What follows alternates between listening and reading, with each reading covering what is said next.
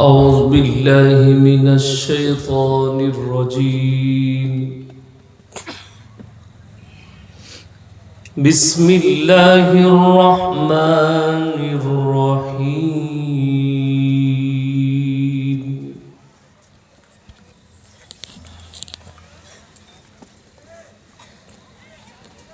يا أيها الناس ضرب مثل فاستمعوا له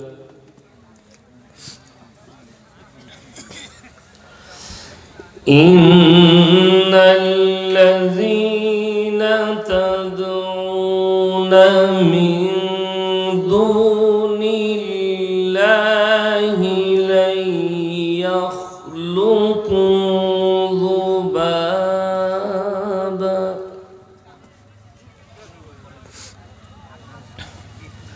لن يخلقوا ذبابا ولو اجتمعوا له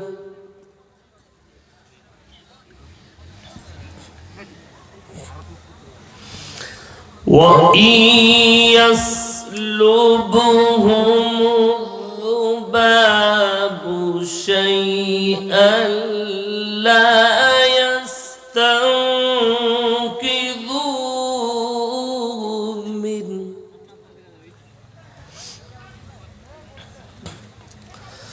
ضعف الطالب والمطلوب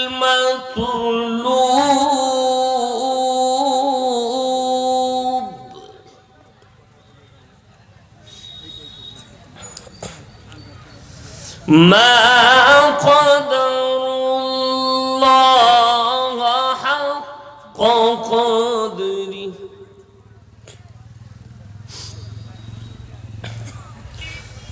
ما قدر الله حق قدره إن الله لقوي عزيز.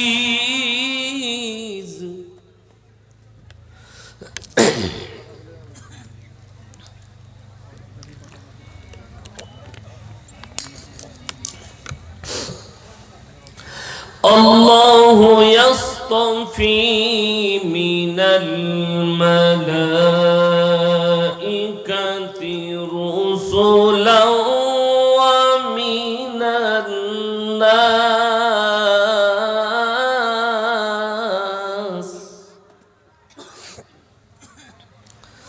إن الله سميع بصير.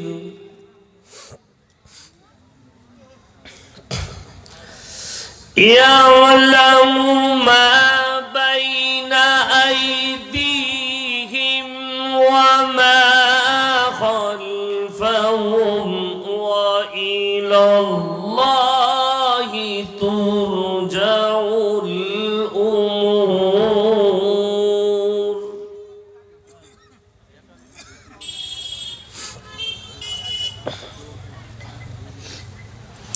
يعلم ما بين أيديهم وما خلفهم وإلى الله ترجع الأمور.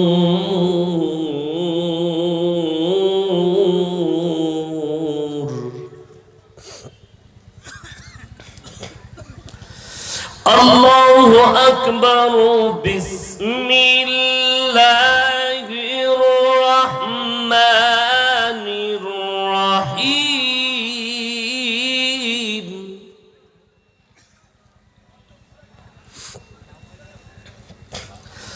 إنا أعطيناك الكوثر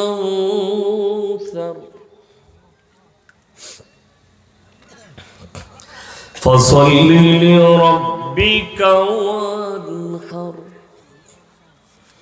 فصل لربك وانحر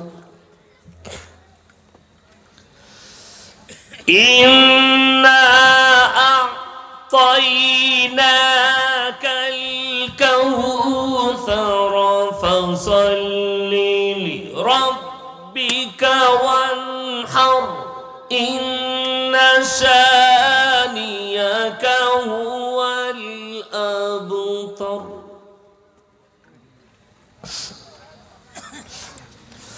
فصل لربك وانحر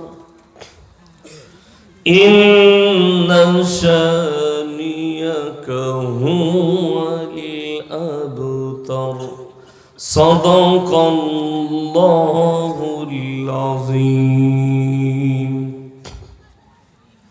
الحمد لله رب العالمين والصلاة والسلام على رسوله الكريم أما بعد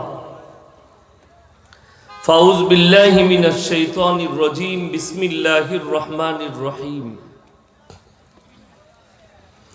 إذا جاءك المنافقون قالوا نشهد إنك لرسول الله والله يعلم إنك لرسول والله يشهد إن المنافقين لكاذبون وإلى مدين آخر فأعوذ بالله من الشيطان الرجيم بسم الله الرحمن الرحيم إذا السماء انفطرت وإذا الكواكب انتثرت وإذا البحار فجرت وإذا القبور بؤثرت علمت نفس ما قدمت وأخرت يا أيها الإنسان ما غرك بربك الكريم إلى آخر الآية خيركم من تعلم القرآن علمه كما قال عليه الصلاة والتسليم মাননীয় শ্রদ্ধেয় জ্ঞানী গুণী মানী সম্মানী আজকের এই জলসার মাননীয় সভাপতি মহাশয় শ্রদ্ধেয় উলামায়ে একরাম হুফাজ একরাম এবং আমার জ্ঞানী গুণী মানী সম্মানী মাননীয় শ্রোতা মণ্ডলী পর্দার অন্তরালে পর্দা নসিব মায়েরা এবং বোনেরা আল্লাহর বড় দয়া কৃপা ভালোবাসা আমাদের প্রতি গোটা বিশ্বের প্রতি সবাই আল্লাহর শুকর আদায় করে হৃদয় থেকে বলি আলহামদুলিল্লাহ তারপরে পরে বিশ্ব নবী জনাবে মুহাম্মদুর রাসূলুল্লাহ সকলে বলুন সাল্লাল্লাহু আলাইহি ওয়াসাল্লাম তেনার প্রতি শত কোটি দরুদ বর্ষিত হোক বলুন আমিন সুম্মা আমিন সবাই একবার দরুদে ইব্রাহিম পাঠ করি আল্লাহুম্মা সাল্লি আলা মুহাম্মাদিন ওয়া আলা আলি মুহাম্মদ কামা সাল্লাইতা আলা ইব্রাহিম ওয়া আলা আলি ইব্রাহিম ইন্নাকা হামিদুম মাজিদ আল্লাহুম্মা বারিক আলা মুহাম্মাদিন ওয়া আলা আলি মুহাম্মদ কামা বারাকতা আলা ইব্রাহিম ওয়া আলা আলি ইব্রাহিম ইন্নাকা হামিদুম মাজিদ গুটি কয়েক কথা আলোচনা করব আল্লাহ আমাদের সকলকে আমলের তৌফিক দান করুক বলুন আল্লাহুম্মা আমিন বর্তমানে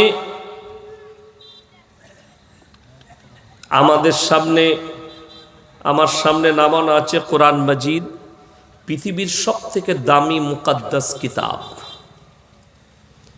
পৃথিবীর বহু আলেম উলামা কিতাব লিখেছেন মুহাদ্দিসিনরা লিখেছেন মুফাসসিরিনরা লিখেছেন শেখ মুশায়েখরা লিখেছেন দামি দামি কিতাব যিনারা জ্ঞানী সাহিত্যিক জ্ঞানী গুণী যিনারা পৃথিবীর মনীষী তিনারাও দামি দামি কিতাব লিখেছেন কিন্তু আল্লাহর কসম খেয়ে বলছি কোনো ব্যক্তি তার কিতাবে এই ভাষা লিখতে পারেনি যে আমার লেখার মধ্যে কোনো ভুল নেই এটা কারো বইয়ে লেখা আছে কোনো বইয়ে কথা বলেন কোনো বইয়ের হেডিং এ দেখাতে পারবেন না কিন্তু আল্লাহর কসম করে বলছি কোরআন খুলেন কোরআনে আল্লাহ তাআলা এর মধ্যে কোরআন যে সত্য তার একটা মারাত্মক দলিল দিয়েছেন জালিকাল কিতাবুলা রাইবা ফি আমার কোরআনে বিন্দু মাত্র সন্দেহের কোনো অবকাশ নাই জোরে বলুন সুবহানাল্লাহ এটা একমাত্র আল্লাহ কোরআনে লিখেছেন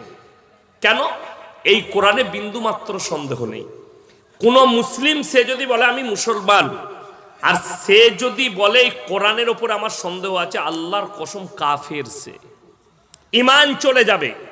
কালমা পড়ে তাকে ঈমান আনতে হবে। কেন?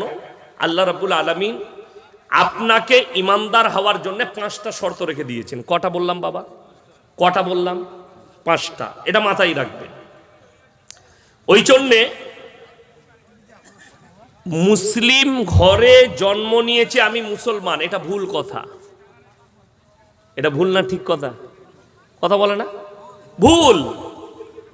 মুসলিম ঘরে জন্ম লিয়ার পরে কাফের, বেঈমান, নাস্তিক, মুশরিক, আপনাকে আমি কয়েকশো নাম প্রমাণ দিয়ে দেব। অথচ পৃথিবীর লোক তাদেরকে মুসলিম হিসাবে জানে, এখনো জানে। মিডিয়ার সামনে বলছে আমি মুসলমান, কিন্তু অরিজিনালি তারা মুসলিম নয়। কেন? সেইগুলোই তাদের মধ্যে নাই। নাম্বার 1, আমাদের যারা যুবক আছেন, যারা সোশ্যাল মিডিয়া ঘাটেন, যারা অন্ধভক্ত আছে, আমি বলি ভক্ত হওয়া ভালো, অন্ধভক্ত হওয়া খারাপ। কথাটা বুঝতে পারেননি? ভক্ত ভালো, অন্ধভক্ত হওয়া খারাপ। যখন আপনি অন্ধভক্ত হবেন, তখন যার প্রতি অন্ধভক্ত হবেন সে আপনার অপব্যবহার করতে লাগবে। লাগবে না? লাগবে না। একমাত্র আল্লাহ তাআলা জিনাকে দামি লোক এবং মাসুম এবং জান্নাতি ঘোষণা করেছেন, তার ভক্ত হন। তিনি কে? সকলে বলুন। হযরত মুহাম্মদ মুস্তাফা সাল্লাল্লাহু আলাইহি ওয়াসাল্লাম। আল্লাহ তিনার জন্য বলেছেন রাহমাতুল লিল আলামিন। শুধু তিনি মুসলমানদের নবী নন, গোটা বিশ্বের মানুষের কল্যাণের জন্য আল্লাহ পাঠিয়েছিলেন। জোরে বলুন সুবহানাল্লাহ। এই কোরআন যারা ভাববে শুধু মুসলমানদের জন্য, ভুল। গোটা পৃথিবীর মানুষের কল্যাণ, সেই কল্যাণটা কারা পাবে? যারা ঈমান আনবে তাদের জন্য। চলুন আপনাকে নামগুলো বলে দিই, যুবকরা জানে। আমাদের দেশে দামি আর্টিস্ট আছে, দামি দামি আর্টিস্ট, যাদেরকে মুসলিম বলে অনেক মুসলিম যুবকরা গর্ব করে। করে না? করে না? এটা আমাদের মুসলিমদের। তোমার গুনাহ হবে, আগে জানতে হবে তার আকীদা কি আছে, ঠিক আছে কিনা, আল্লাহর ওপরে বিশ্বাস আছে কিনা, রাসূলকে সে মানে কিনা, কোরআনের ওপরে তার কতটা বিশ্বাস আছে, এটা আগে আপনাকে জানতে হবে। নাম্বার 1, শাহরুখ খান। একে যারা মুসলিম বলবে, বর্তমানে তার ঈমান যাওয়ার খাতরা আছে। যদি বলেন কেন, আপনাকে এই অধিকার কে দিল? যদি তোমার বাপের হিম্মত থাকে, আর তোমার বাপের বেটা কোনো মৌলবি থাকে, স্টেজে নিয়ে এসো, আমি 2 ঘন্টা আছি স্টেজে, খালি বলে দিবে আপনি ভুল বললেন, তার কানটা মুচুড়ে কোরআন আর হাদিস থেকে তাকে ঢেকে দেবো দলিল দিয়ে। যদি কোনো বাপের বেটা মৌলবি থাকে, তাকে নিয়ে আসো, আমি স্টেজে আছি 2 ঘন্টা। প্রমাণ কি? তিনি উমরা করতে গিয়েছিলেন, মাশাআল্লাহ, যুবকরা ফটো ছাড়ছে, শাহরুখ খান উমরাই গেছে, ঘুরে এসে আবার দেখছি একটা মন্দিরে পুজো দিতে গেছে বউকে নিয়ে। কথাটা বুঝতে পারেননি আমার? আল্লাহর কাছে পৃথিবীতে যতগুলো পাপ আছে, জিনা বলুন, চুরি বলুন, গীবত বলুন, চুগলি বলুন, সব থেকে বড় পাপ হচ্ছে শিরকের পাপ। আল্লাহ ব্যতীত অপরকে রব হিসাবে গ্রহণ করা, মালিক হিসাবে গ্রহণ করা, ভালো মন্দের মালিক হিসাবে গ্রহণ করা, এটা হচ্ছে আল্লাহর কাছে নিকৃষ্টতম পাপ। আর এই পাপ যারা জেনে বুঝে করবে, আল্লাহ তাদেরকে আর ক্ষমা করবেন না। এত নিকৃষ্ট পাপ। আপনাকে একটা উদাহরণ দিয়ে বুঝাই, খুব ভালো করে বুঝবেন। আমরা যারা পুরুষ আছি, যারা বিবাহিত আছি, আমরা আমাদের স্ত্রীর পরকিয়া কিংবা দ্বিতীয় স্ত্রী যদি দ্বিতীয় বিয়ে করে, কেউ মেনে নিতে পারবে? কথা বলে না এরা? কোনো পুরুষ মানতে পারবে? পৃথিবীর মুসলিম নয়, যতগুলো মানুষ আছে, কেউ তার দ্বিতীয় স্ত্রীর দ্বিতীয় স্বামী মানতে পারবে না। কোনো স্ত্রী তার দ্বিতীয় স্ত্রী মানতে পারবে না। মানতে পারে? পারবে না। মন থেকে কোনো স্ত্রী বলতে পারবে না আপনি আর একটা বিয়ে করুন, ভালোবেসে বলছি, বলতে পারবেন না। মাঝে মাঝে ইয়ার কি করে বউকে বলেন না অনেকজন, আর একটা বিয়ে করব আমি। বিবি কি বলে, করে দেখো, দেখে কিরকম ঘর ঢুকতে দিই, বলবে না বলবে না? বলে, মজাক করে বলে দেখবেন। ইয়াসিন ভাই বলে গেছে, একবার মজাক করে বলে দেখি। তুমি যদি তোমার স্ত্রীর আর একটা স্বামী মানতে না পারো, তুমি যদি তোমার স্ত্রীর আর একটা প্রেমিক না মানতে পারো, তোমার স্ত্রী যদি তোমার আর একটা বিবি মেনে নিতে না পারে, তোমাকে যিনি সৃষ্টি করেছেন তেনার জায়গায় আর একজনকে বসাবেন, সে আল্লাহ কেমন করে মেনে নিতে পারে? কথাটা বুঝতে পেরেছেন না পারেননি? যিনি সৃষ্টিকর্তা, আপনার জান আল্লাহর কবজায়। গোটা পৃথিবীর যত জানদার আছে, সব জানদারের জানটা কার কবজায় আছে? আপনারা বুবা, আল্লাহর কবজায় আছে। কথা বলবেন, আমি কানে কালা শুনি কম। তো আল্লাহ রাব্বুল আলামিন সকলের জান কবজায় রেখেছে, আল্লাহ ব্যতীত অপরকে। সালমান খান যারা মুসলমান ভাববে তার পরিবারকে, আমি একটা পাকিস্তানের একটা মলনা, বড় আলেম, বড় স্কলার, তার বাড়ি পাকিস্তানে, তার ভক্ত অনেক আছে আমাদের যুবকরা। তিনি তবলিগের ভালো মুবাল্লিগ, বক্তব্য ভালো দেয়, কথা ভালো বলে, যুবকরা তার ভক্ত। তার নাম হচ্ছে মোল্লা তারিক জামিল। বয়ান শুনেছেন না শুনেন? তিনি একটা বক্তব্যই বললেন इंटरव्यूए, मैंने शोएब अख्तर से सुना कि सलमान खान बड़ा वफादार लड़का है, बाप का बड़ा इज्जत करता है, अच्छी बात है, उनका फैमिली माशाल्लाह बहुत अच्छा है, अच्छा फैमिली है, अल्लाह इन सब को जन्नत अता फरमाए। এই দোয়াটা করাটাই উনার গুনাহ হয়েছে। যদি বলেন কোরআন, আল্লাহর কসম কোরআনের দলিল আছে। আমি জানি না, হয়তো তিনি জানেন না তার পরিবারের সম্পর্কে, যে তার পরিবারে গণেশের পুজো হয়, গণেশের। যাদের সন্দেহ হচ্ছে, মোবাইল ইউটিউব আছে, খুলে দেখুন, ফেসবুক খুলে দেখুন, টুইটার খুলে দেখে দেন। সালমান খানের বাড়ির গণেশ পুজো লেখুন, ইউটিউবে পেয়ে যাবেন। তার গোটা পরিবার, মা বাপ, ভাই বোন, ভাবি, সবাই তারা করে। আল্লাহর কসম করে বলছি, কোরআনে আছে, আমি দলিল দেব। মুশরিক যে হয়ে মারা যাবে, তার লেগে দোয়া করার রাস্তা নাই। কোন মৌলবি যদি দোয়া করে, সে অপরাধী। আপনি দোয়া করতে পাবেন, একটা দোয়া হবে, আল্লাহ तुम इनको हिदायत दे दो। হিদায়েতের দোয়া করা যাবে। কিসের দোয়া বললাম? হিদায়েতের। একটা অমুসলিম ভাই আপনাকে ভালোবাসে, তার লেগে দোয়া করলেন, আল্লাহ তুমি একে হিদায়েত দাও, এই দোয়া করা যাবে। কিন্তু বিনা ইমানে যদি মারা যায়, তার লেগে দোয়া করার রাস্তা নাই, কোন রাস্তা নাই। যদি সে আপনার সন্তান হয়, আর যদি নাস্তিকতার উপরে মারা যায়, তার লেগে দোয়াও করা যাবে না, না তার জানাজা পড়া যাবে, না তার কবরস্থানে দাফন করা যাবে, যদি নাস্তিকতার উপরে আল্লাহকে অবিশ্বাস করে আর রাসূলকে না মেনে মারা যায়। আপনাকে বলে দিই, আল্লাহ 5টা কি রেখেছেন? ওই জন্যে আমাদের সমাজের লোক মনে করে, আমি মুসলিম ঘরে জন্ম নিয়েছি, গরুর মাংস খাই মানে আমার মতো মুসলমান কেউ নেই। এরকম মুসলমান আছেন না? নাই, গরুর গোশত খাওয়া মুসলমান, নামাজ ফামাজ পড়ে না, আল্লাহকে বিশ্বাস করে না। তারা মনে মনে ভাবে আমার মতো মুসলমান কেউ নেই। শুনেন, এই শীতকালে দেখবেন ফুটবল টুর্নামেন্ট হয়, প্রত্যেক জায়গায় হয় না? আমাদের এলাকাতেও হচ্ছে। 5 বছর আগে আমার এলাকায় এক জায়গায় ফুটবলের টুর্নামেন্ট হচ্ছে, ছেলেরা খেলা দেখতে গেছে, তো অনেক যুবক গেছে। হাফ টাইম হয়েছে আসরের সময়, তো পাড়ার একজন চাচাও গেছে, অল্প স্বল্প দাঁড়িয়ে আছে, নামাজ মোটামুটি পড়ে। বলছে, চাচা আসরের আজান হয়েছে গো, নামাজটা পড়ে নি। বলে চ। পুকুরে উজু করে মাঠের এক ধারে নামাজ পড়ছে। চাচা এখন দক্ষিণ দিকে মুখ করে নামাজ পড়িয়ে দিয়েছে। সালাম ফিরার পরে কিছু ছেলে বলছে, চাচা এটা দক্ষিণ দিক গো। বলছে, ভাই তোরা জানিস আল্লাহ সব দিকেই আছে। কত বড় মুফতি, বুঝতে পেরেছেন?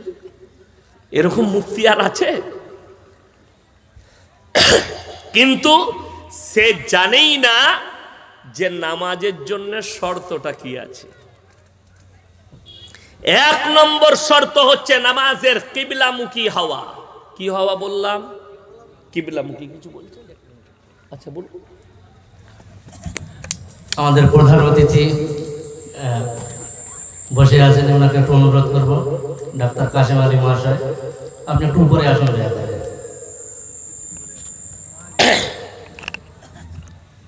আচ্ছা, আমার ভাই, আমি যেটা আলোচনা করছি যে আল্লাহ রাব্বুল আলামিন শর্ত কি রাখলেন? কোরআনে আছে সূরা বাকারা। কোন সূরা বললাম? বলুন কোন সূরা? বাকারা। লাইসাল বিররা আন তুওয়াল্লু বুজুহাকুম কিবালাল মাশরিকি ওয়াল মাগরিব ওয়ালাকিন্নাল বিররা মান আমানা বিল্লাহ। হে আমার নবী, বলে দাও, পূব কিংবা পশ্চিম দিকে মাথা ঠোকার নাম ঈমান। প্রকৃত ঈমান 1 নম্বর আল্লাহর উপরে বিশ্বাস। সবাই হাত তুলে বলুন আনবো ইনশাআল্লাহ। প্রকৃত বিশ্বাস আনুন আল্লাহর উপরে। নাম্বার 1 এটা। ওয়াল ইয়াউমিল আখির, আমার পরকালের প্রতি, আমি যে পরকালে আবার মানুষকে তুলবো এবং বিচার করব, ওই দিনটার প্রতি। ওয়াল ইয়াউমিল আখির ওয়াল মালাইকাতি, আমার ফেরেশতাদের প্রতি, আমি যে ফেরেশতা নিযুক্ত করে রেখেছি এদের প্রতি। ওয়াল মালাইকাতি ওয়াল কিতাব, আমার আসমানি কিতাবের প্রতি। ওয়ান নবিয়্যিন, আর যতগুলো নবী পয়গম্বর পাঠিয়েছি এদের প্রতি বিশ্বাস আনার নাম হচ্ছে ঈমান। এই 5টা জিনিসের উপরে আপনাকে বিশ্বাস এবং আমল আনতে হবে, আপনি ঈমান এনেছেন। এরপর 1 নম্বর, যারা আল্লাহই বিশ্বাসী হবে অবশ্যই অবশ্যই তারা অন্য কেউ কি রব হিসাবে মানবে না। ঠিক কিনা কথা বলেন? আর কেউ কি আল্লাহ হিসাবে মানবে? 1 নম্বর, যারা আল্লাহর প্রতি ঈমান আনবে না। মুসলমান আমরা সবাই নামাজ পড়ি না? নামাজের সূরা ফাতিহা পড়ি না বাবা? কথা বল, পড়েন। এই নামাজে মুসলমানের ওয়াদা শুনেলেন, আর ওয়াদা করার পরে মুসলমান ওয়াদা থেকে কিভাবে দূরে সরে যায়। এই সূরা ফাতিহায় ওয়াদা কি হয়? ইয়াকা নাবুদু ওয়া ইয়াকা নাস্তাইন, আল্লাহ তোমারই উপাসনা করি, আল্লাহ তোমারই কাছে ভালো মন্দ চাই। ওয়াদা করছেন আল্লাহর কাছে, নামাজে দাঁড়িয়ে সূরা ফাতিহা পড়ছেন, মানে ওয়াদা করলেন আল্লাহর কাছে, ইয়াকা নাবুদু ওয়া ইয়াকা নাস্তাইন, আল্লাহ তুমি ছাড়া কারো উপাসনা করি না, আল্লাহ তুমি ছাড়া কারোর কাছে ভালো মন্দ চাই না। এরপরে তাহলে এই ওয়াদা করার পরে আপনার কাছে গাছতলা কি করে আসবে? আপনার কাছে ঢিপি কি করে এলো? আপনার কাছে আল্লাহ ব্যতীত গাছতলায় ঘোড়া রাখা আছে, সেখানে সিজদা আপনার কাছে কোথা থেকে এলো? আমি বলতে চাইছি, শুনেলেন? আল্লাহ ভালো মন্দের মালিক। সকলে একবার বলুন তো জোরে, কে? আরো জোরে বলুন, কে? যদি ভালো মন্দের মালিক আল্লাহ হয়, আপনি গাছতলায় ছুটে কি করে গেলেন? ঢিপির কাছে কি করে গেলেন? একটা মানুষ ইয়াসিন মারা গেছে, আমি নিজের সম্পর্কেই জানি না, আল্লাহর কাছে কি হিসেব দেব? আপনি আমার কবরে গিয়ে চাইছেন, ইয়াসিন সাহেব আমার একটু উপকার করে দেন। তোমার উপকার করার ক্ষমতা আমার মৃত্যুর পরে যদি থাকতো, তাহলে সর্বপ্রথম আমি নিজের মৃত্যুকে রুখে দেখাতাম। ঠিক কিনা কথা বলেন? যে ইয়াসিনের নিজের মৃত্যুকে রোকার ক্ষমতা নাই, মরে যাওয়ার পরে আমি আপনার কি উপকারে আসতে পারি? চলুন, যারা আল্লাহ ছাড়া নামাজে ওয়াদা করে, যারা মাজারে যায়, যারা গাছতলায় যায়, যারা ছাঁচতলায় যায়, দুটো কথা এখানে দাঁড়াবে। নাম্বার 1, আপনার পাড়ায় আপনার নিজের চাচার একটা দোকান আছে, সেই দোকানে চকলেট, বিস্কুট, চাল ইত্যাদি পাওয়া যায়। এরকম দোকান থাকে না? থাকে না? চাচার দোকান। আপনি নিজের চাচার দোকান ছেড়ে অন্য পাড়ায় নরেনের দোকানে মাল কিনতে যাচ্ছেন। কথাটা বুঝে এলো? এইখানে দুটো কথা দাঁড়িয়ে যাবে এসে, হয় চাচার কাছে মাল নাই, তা না হলে চাচার সঙ্গে আপনার ঝামেলা আছে। এই দুটোর মধ্যে একটা হবে। ঠিক কিনা কথা বলেন? চাচার কাছে, চাচার দোকান ছেড়ে আপনি মাল কিনতে যাচ্ছেন নরেনের দোকানে, দুটো কথা দাঁড়াবে, হয় চাচার কাছে মাল নেই, তা না হলে চাচার সঙ্গে আপনার একটু ঝামেলা চলছে। যারা আল্লাহ বাদ দিয়ে দরগা থানে যাবে, গাছতলায় যাবে, দুটো কথা দাঁড়াবে, হয় আল্লাহর কাছে মাল ফুরিয়ে গেছে, নাহলে আল্লাহর সঙ্গে তোমার ঝামেলা চলছে, ওই জন্য আল্লাহ বাদ দিয়ে অন্য কারোর কাছে চাইতে গেছে। আল্লাহ আমাদেরকে হেফাজত করুক, বলুন আমিন। সবাই এক আল্লাহ বিশ্বাসী হব, জোরে বলুন ইনশাআল্লাহ। যতগুলো পৃথিবীতে নবী পয়গম্বর এসেছেন, নবী পয়গম্বর রাসূল আল্লাহ পাঠিয়েছেন, আল্লাহর কসম তাদের প্রথম তাবলীগ ছিল, প্রথম দাওয়াত ছিল এক আল্লাহ বিশ্বাসী, অনেকগুলো আল্লাহ নয়। তারা তার কমকে যে দাওয়াতটা দিয়েছে, প্রথম তাবলীগ তাদের ছিল প্রত্যেকটা নবীর এক আল্লাহর প্রতি বিশ্বাস, অনেকগুলো আল্লাহর প্রতি নয়। প্রত্যেকটা নবীর ইতিহাস খুলে দেখে নেন, তাদের দাওয়াতের জীবনটা, প্রথম জীবনীটা খুলে দেখে নেন। নূহ নবী তার কমকে দাওয়াত দিয়েছে, কেন? নূহ নবীর কমের প্রথম কাজ ছিল আগুনের উপাসনা করা, মূর্তির উপাসনা করা, পাথরের উপাসনা করা, পানির উপাসনা করা, আল্লাহ ব্যতীত গাছের উপাসনা করা। নূহ নবী নিষেধ করেছেন এগুলোকে ছেড়ে আমার আল্লাহকে বিশ্বাস করো। লূত নবীর কম, তারাও আল্লাহ ব্যতীত অপরকে দেবতা মেনেছে। দ্বিতীয় নম্বর, আল্লাহর আমানতের সঙ্গে তারা খিয়ানত করেছে, নবীকে বিশ্বাস করেনি। এই দুজন নবীর বিবি, এদের জন্য আল্লাহ কোরআনে লাকির টেনে দিয়েছে। আপনি আপনার বিবিকে বুঝাবেন, দিনে মায়েদের প্রোগ্রাম হয়েছে, রাত্রে আপনি আছেন, আপনার বিবিকে গিয়ে শোনাবেন। কোন স্বামী যদি মনে করেন আমি তাহাজ্জুদ গুজার, আমি নামাজি, আমার স্ত্রী বেনামাজি হলেও বদ্দিন হলেও তাকে আমি জান্নাতে নিয়ে যাব, তোমার এই স্বপ্ন পূরণ হবে না, আল্লাহর কসম করে বলছি। আপনি পূরণ করতে পারবেন না এই স্বপ্ন। যারা ভাবছেন আমি হাজী সাহেব, আমি পণ্ডিত, আমি তাহাজ্জুদ গুজার, আমার বিবি তাহাজ্জুদ গুজার, আর তোমার ছেলে মদের ভাটিতে বসে থাকে, গাঁজার ভাটিতে বসে থাকে, পাপের সাগরে ডুবে আছে, কিয়ামত পর্যন্ত যদি দোয়া করার সময় পাও, তোমার ছেলে যদি ওই অবস্থায় মারা যায়, ইমানে না ফিরে এসে, তোমার দোয়া আল্লাহর বারগাহে কবুল হবে না। এইটাই মানুষ বুঝে না। আপনি মনে করেছেন ইয়াসিন ভাইকে দাওয়াত দিয়েছি মানে অনেক লোক হিদায়েত পেয়ে যাবে, ভুল কথা। আমাদের দেশে কিছু মানুষ আছে, আমাদের অনেক লোক দেখবেন মসজিদে দাওয়াত দিতে আসে, সাথী ভাইরা তবলিগের, তারা কি বলে, ভাই চলে আসুন, হিদায়েতের কথা হবে। হিদায়েতটা তোর বাপের হাতে? আপনি বলুন, কোরআন হাদিস রাসূলের আদর্শের কথা হবে, শুনলে আপনার ঈমান তাজা হবে, আল্লাহ আপনাকে হিদায়েত দিতে পারে। হিদায়েত কার হাতে? সকলে বলুন, আল্লাহর হাতে। আজকে মানুষ এটা বুঝে না। ইয়াসিন অনেক দূরের কথা, কোরআন শোনাবো সূরা বাকারার ২য় পৃষ্ঠা। কোন পৃষ্ঠা? ২য়। যাদের বাড়িতে মানে কোরআন আছে, মোবাইলে মানে কোরআন আছে, খুলেন। আল্লাহ তাআলা নবীজিকে বললেন, ইন্নাল্লাযীনা কাফারু সাওয়াউন আলাইহিম আনজারতাহুম আম লাম তুনজিরহুম লা ইউমিনুন। হে আমার নবী, তুমি যত কোরআন শোনাবে শোনাও, যত বুঝাবে বুঝাও, কিন্তু যারা বুঝার নয়, যারা ঈমান আনার নয়, তারা কখনো ঈমান আনবে না।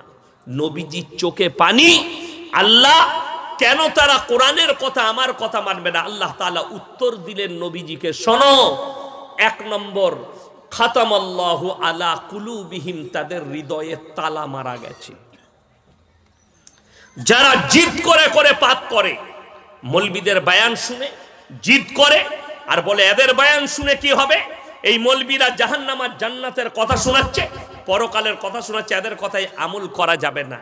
আল্লাহ রাব্বুল আলামিন বললেন, হে আমার নবী, আমি তাদের দিলেতে তালা মেরে দিই। গোটা পৃথিবীর মৌলবী আর গোটা পৃথিবীর তবলিগওয়ালারা যদি তাকে দাওয়াত দিতে আসে, আল্লাহর কসম তার দিলেতে তালা মেরে দিয়েছি, তার দিলে আর দ্বীনের কথা প্রবেশ করবে না।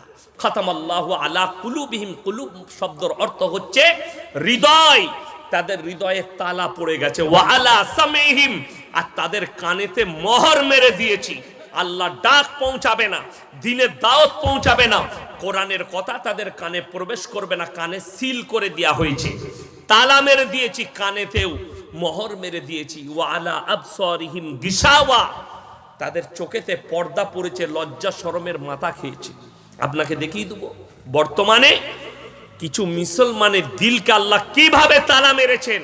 আপনার চোখ দিয়ে পানি পড়বে সেই তালা শুনলে। বাজারে আপনারা বলুন, ইসলামে কোরআনের মধ্যে আছে, কোরআনকে সবাই বিশ্বাস করেন, আর একবার হাত তুলে বলুন তো কোরআনে বিশ্বাসী আমরা ইনশাল্লাহ। যদি কোরআনে বিশ্বাসী হন, কোরআনে স্পষ্ট ভাষায় লেখা আছে ওয়াহাল্লাল্লাহুল বাইয়া ওয়া হাররামার রিবা।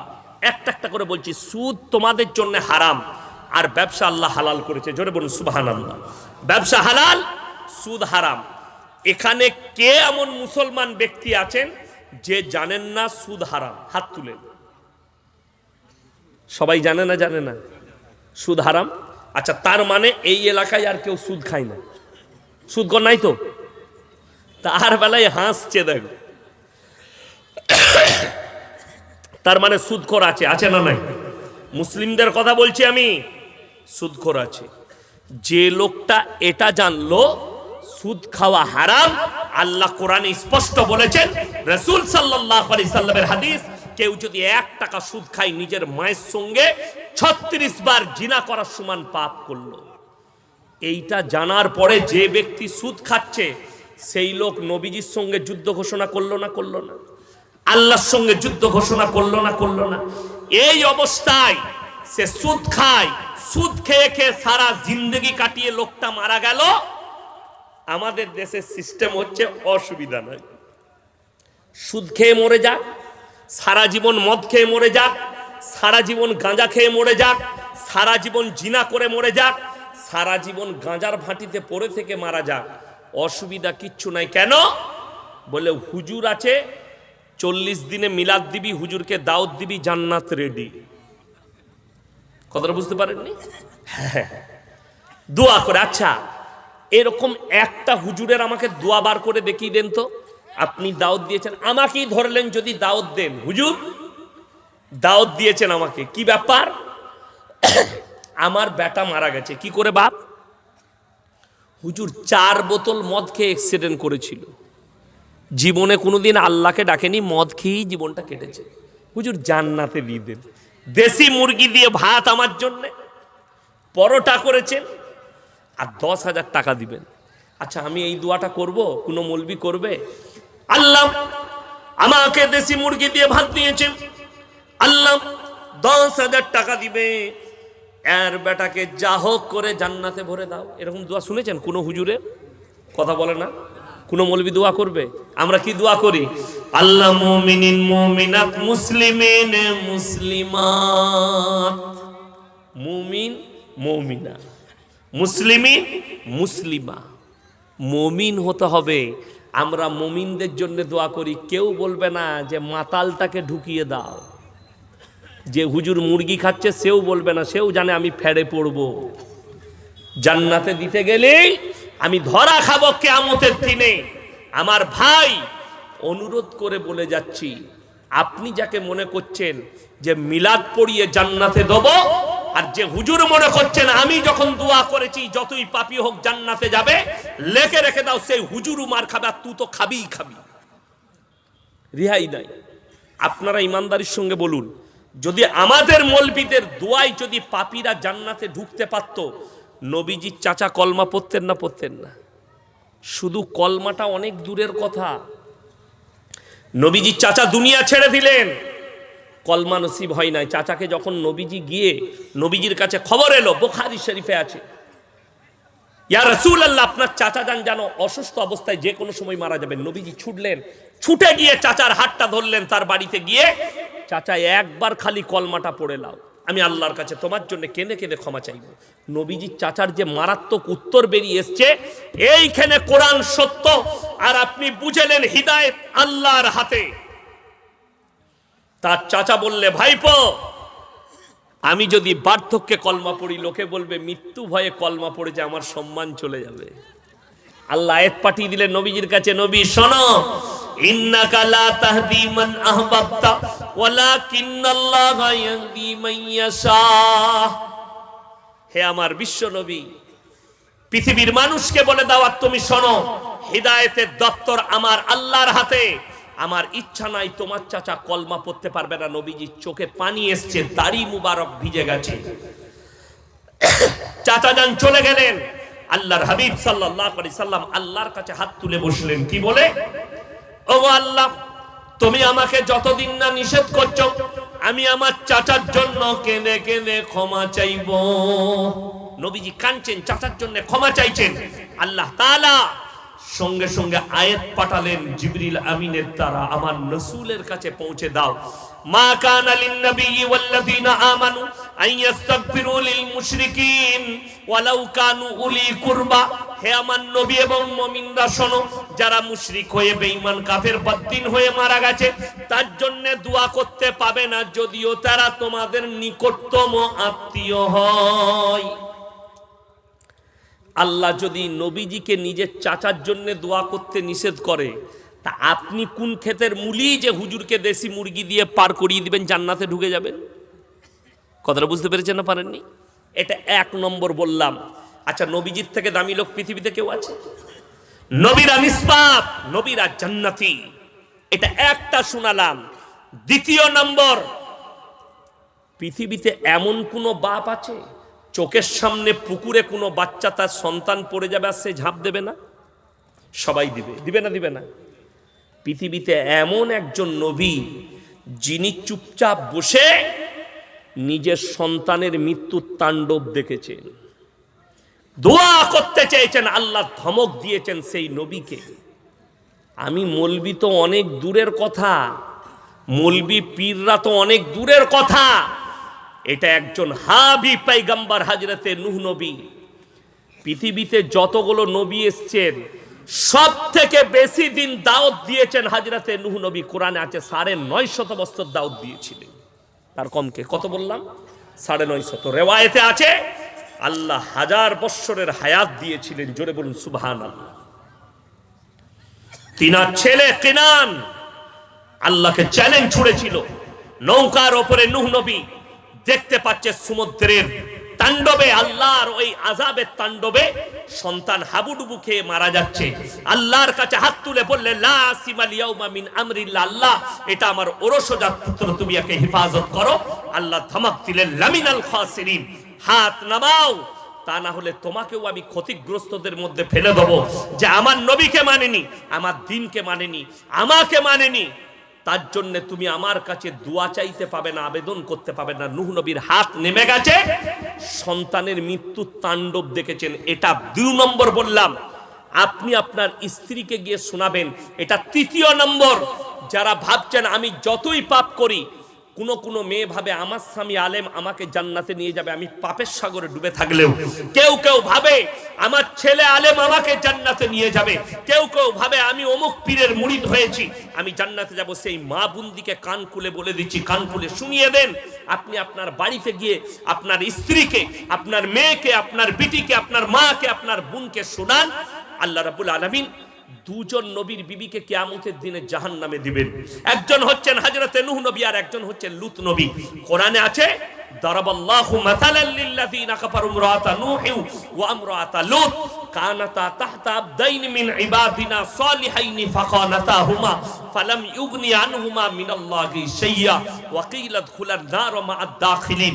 আমার 2 জন উলুল আযম নবী, হাবি পয়গম্বর নূহ নবী আর লূত নবী, 2 জনের বিবিকে জাহান্নামে দেব, তারা আটকাতে পারবে না। নবী হওয়ার পরও আল্লাহ কোরআনে লাকির টেনে দিয়েছে, কোরআন সামনে রাখা আছে, লাকির টানা গেছে। নবীরা যদি নিজের বিবিকে জান্নাতে না নিয়ে যেতে পারে, তোমার বিবি জিনা করবে, পরকিয়া করবে, বেপরদায় চলবে, বেনামাজি হবে, বদ্দিন হবে, তুমি নামাজি হয়ে তোমার বউকে কি করে জান্নাতে নিয়ে যাবে? 3য় নম্বর, ইসলামে লটারি জায়েজ না না জায়েজ? কথা বলেন, না জায়েজ। দেখুন, এই যে মদ হারাম বললাম, মদ স্পর্শ করা হারাম না হারাম নয়? কথা বলে না? মদ হারাম, নিশাগ্রস্ত জিনিস তোমাদের জন্য হারাম করা হয়েছে। ইমানদারির সঙ্গে বলুন, আপনাকে আমি, এটা কোন থানা পড়ছে? গঙ্গারামপুর থানা।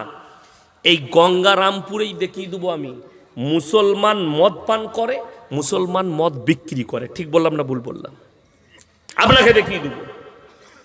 অবাক একটা তথ্য দিয়ে যাচ্ছি, যারা ব্যবসায়ী আছে, গাড়ি নিয়ে হাই রোডে যাতায়াত করেন, তাদেরকে অনুরোধ করছি লক্ষ্য করবেন। যখন কলকাতা থেকে আসবেন বহরমপুরের দিক দিয়ে একটা জায়গার নাম হচ্ছে পলসন্ডা মোড়, সেটা পেরিয়ে এসে হাই রোডে 34 নম্বর জাতীয় সড়কের ওপরে আছে পাপ্পুদা ধাবা পাঞ্জাবিদের। দু ভাই মাথায় পাগড়ি বেঁধে মুখে দাঁড়িয়ে আসে, ব্যবসা করে, হোটেল, দামি হোটেল, অনেক ভিড় হয়। সেখানে 3টে বোর্ড লাগানো আছে। নাম্বার 1, মদ পান করা নিষেধ। নাম্বার 2, মদ বিক্রি নিষেধ। নাম্বার 3, নো স্মোকিং, এখানে ধূমপান করাও নিষেধ। কেন জানেন? আমি জিজ্ঞেস করেছি।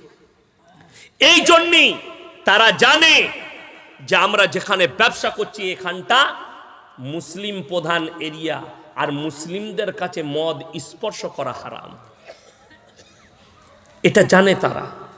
অথচ আপনাকে দেখিয়ে দেব তাদের ওই হোটেল থেকে পেরিয়ে 10-20 কিলোমিটারের মাথায় মুসলিমদের হোটেল আছে, হারামখোর মদও খায় আর মদও বিক্রি করছে। কথাটা বুঝতে পেরেছেন না পারেননি?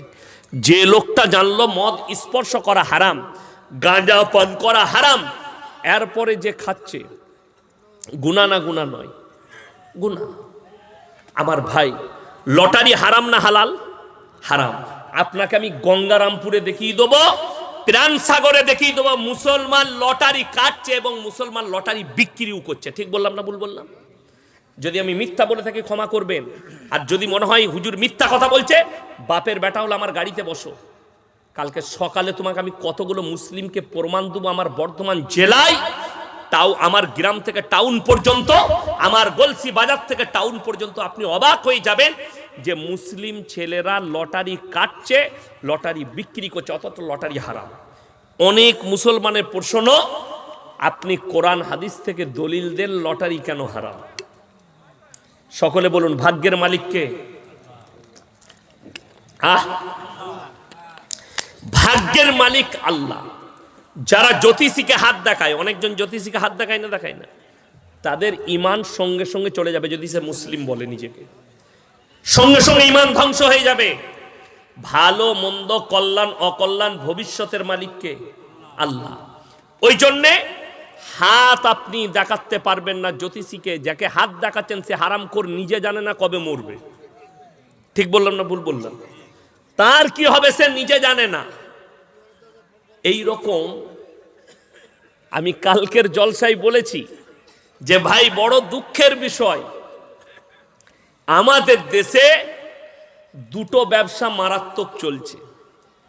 এক হচ্ছে অমুসলিম ভাইদের বাবাদের ব্যবসা, সনাতনী ভাইদের বাবারা, আর আমাদের সমাজের ভণ্ড পীররা।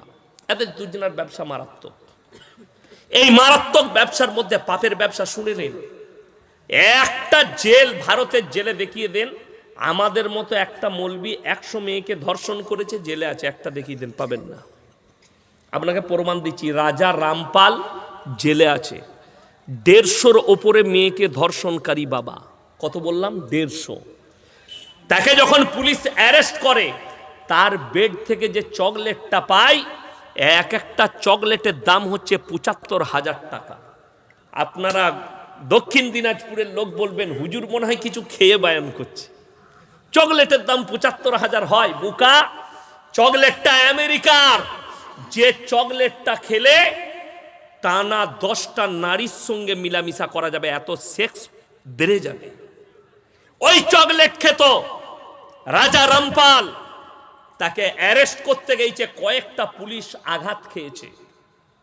বাবা রাম রহিম জেলের কুঠরিতে বসে আছে, 250টা নারী ধর্ষণকারী বাবা গুফায় ডাকতো, যেই যেত, বাবা हमारे लड़की को आशीर्वाद दे दीजिए, बाबा बोलतो हमारे गुफा में भेज दो।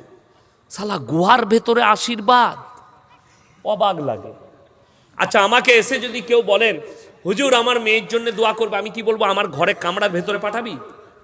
সেই মৌলবীকে ঝাঁটা মারবেন না? সেই মৌলবীকে জুতো মারবেন না? যে বলবে তোমার বিটি যদি আশীর্বাদ নেয়, তোমার বিবি যদি আশীর্বাদ নেয়, আমার ঘরের ভেতরে পাঠাও। নাউজুবিল্লাহ। আমাকে বলবেন হুজুর আমার মেয়ের জন্য দোয়া করবেন, আমি কি বলবো? আল্লাহ তোমার মেয়ের মঙ্গল করুক, আল্লাহ তোমার মেয়েকে সুখী করুক, বুদ্ধিজীবী করুক, এটা হয়ে গেল দোয়া আশীর্বাদ। ওরা আশীর্বাদ বলছে, আমাদের দোয়া। চলুন, বড় কষ্ট লাগে। আমাদের সমাজের কিছু ভণ্ড পীর আছে, মালদা, দিনাজপুর, মুর্শিদাবাদ, বর্ধমান, বীরভূম, তার মধ্যে বীরভূম, বাঁকুড়া, পুরুলিয়ায় বেশি। কেন? পীর সাহেব বলছে মেয়েরা আমার পা টিপবে। তার থেকে বড় কানা দাজ্জাল কেউ নাই। আপনাকে বলে দিই, একটা নাম, প্রসিদ্ধ নাম, শাহ আতাউল্লাহ বুখারী রহমাতুল্লাহ আলাইহি, বিরাট বড় একজন পণ্ডিত আলেম। তিনার কাছে পর্দায় এক মহিলা এসছে, মহিলার বয়স হচ্ছে ৭৫ বছর। কত বললাম? ৭৫। তিনি বললেন, मैं आपके सामने आना चाहती हूं। क्यों? बोले आपके पास मैं मुरीद होना चाहती हूं। उन्हीं उत्तरे की बोलें जाने, तू 75 साल की बुड्ढी है और मैं 75 साल का बुड्ढा हूं, लेकिन जवानी कभी बुढ़ा पर नहीं आती। जवानीटा कखनो बुढ़ाई ना, अर्थात तुमी आमार सामने आसबे এটা হারাম, চলে যাও এখান থেকে, তারাও একে।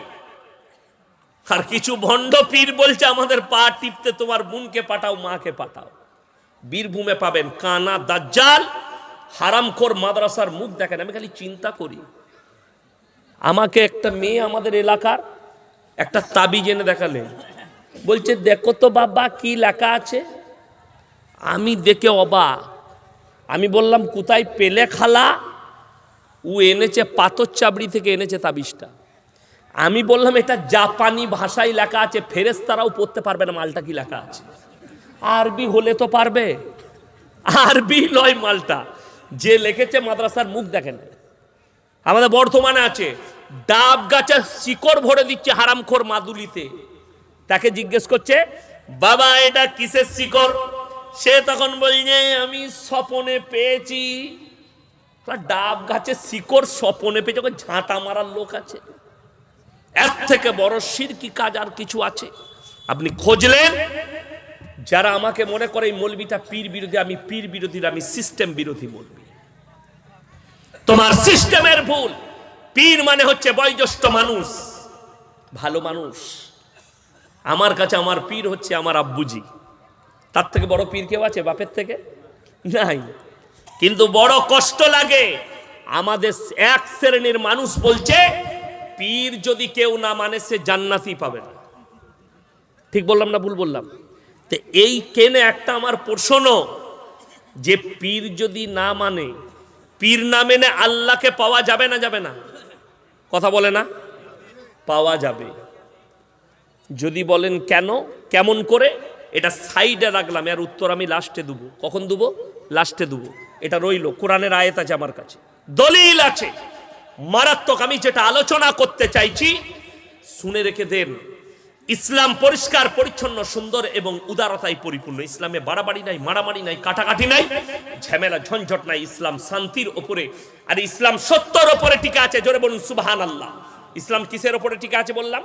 সত্যর ওপরে টিকে আছে ইসলাম, মিথ্যার ওপরে টিকে নেই। আজকে মিথ্যার ওপরে টেনে নিয়ে যাচ্ছে আমরা মুসলিমরা। কেন? নাম্বার 1, মুসলমানদের কাছে না দ্বীনি শিক্ষা আছে, না দুনিয়াবি শিক্ষা আছে, এডুকেশন নাই। অথচ আল্লাহ রাব্বুল আলামিন কোরআনের প্রথম আয়াত পাঠিয়েছেন, ইকরা বিসমি রাব্বিকাল্লাযী খালাক। হে নবী পড়ো, শিক্ষার উপরে। খালাকাল ইনসানা মিন আলাক, ইকরা ওয়া রাব্বুকাল আকরাম আল্লাযী আল্লামা বিল কলম। আমি কলমের সাহায্যে শিক্ষা দিয়েছি। আল্লামাল ইনসানা মা লাম ইয়ালাম, মানুষের অজানা কথাকে হে আমার রাসূল আমি শিখিয়েছি। জোরে বলুন সুবহানাল্লাহ। আপনার এই এলাকায় আচ্ছা আপনারা দেখেছেন কোন স্কুলের, মুসলিমদের স্কুলের মাস্টার মদ খায়? কথা বলে না? খেতে দেখেছেন? মাতাল মাস্টার মাতাল পাবেন না, মুসলিমদের ডাক্তার মাতাল পাবেন না, মুসলিমদের এডুকেশনওয়ালা মাতাল পাবেন না। মাতাল কারা? যাদের কাছে না দুনিয়াবি শিক্ষা আছে, না দ্বীনি শিক্ষা আছে। এইটাই তার কারণ একটাই, আপনার কাছে যখন কোরআন হাদিসের শিক্ষা থাকবে না, রাসূলের আদর্শ থাকবে না, হারামটাও আপনার কাছে হালাল হয়ে যাবে।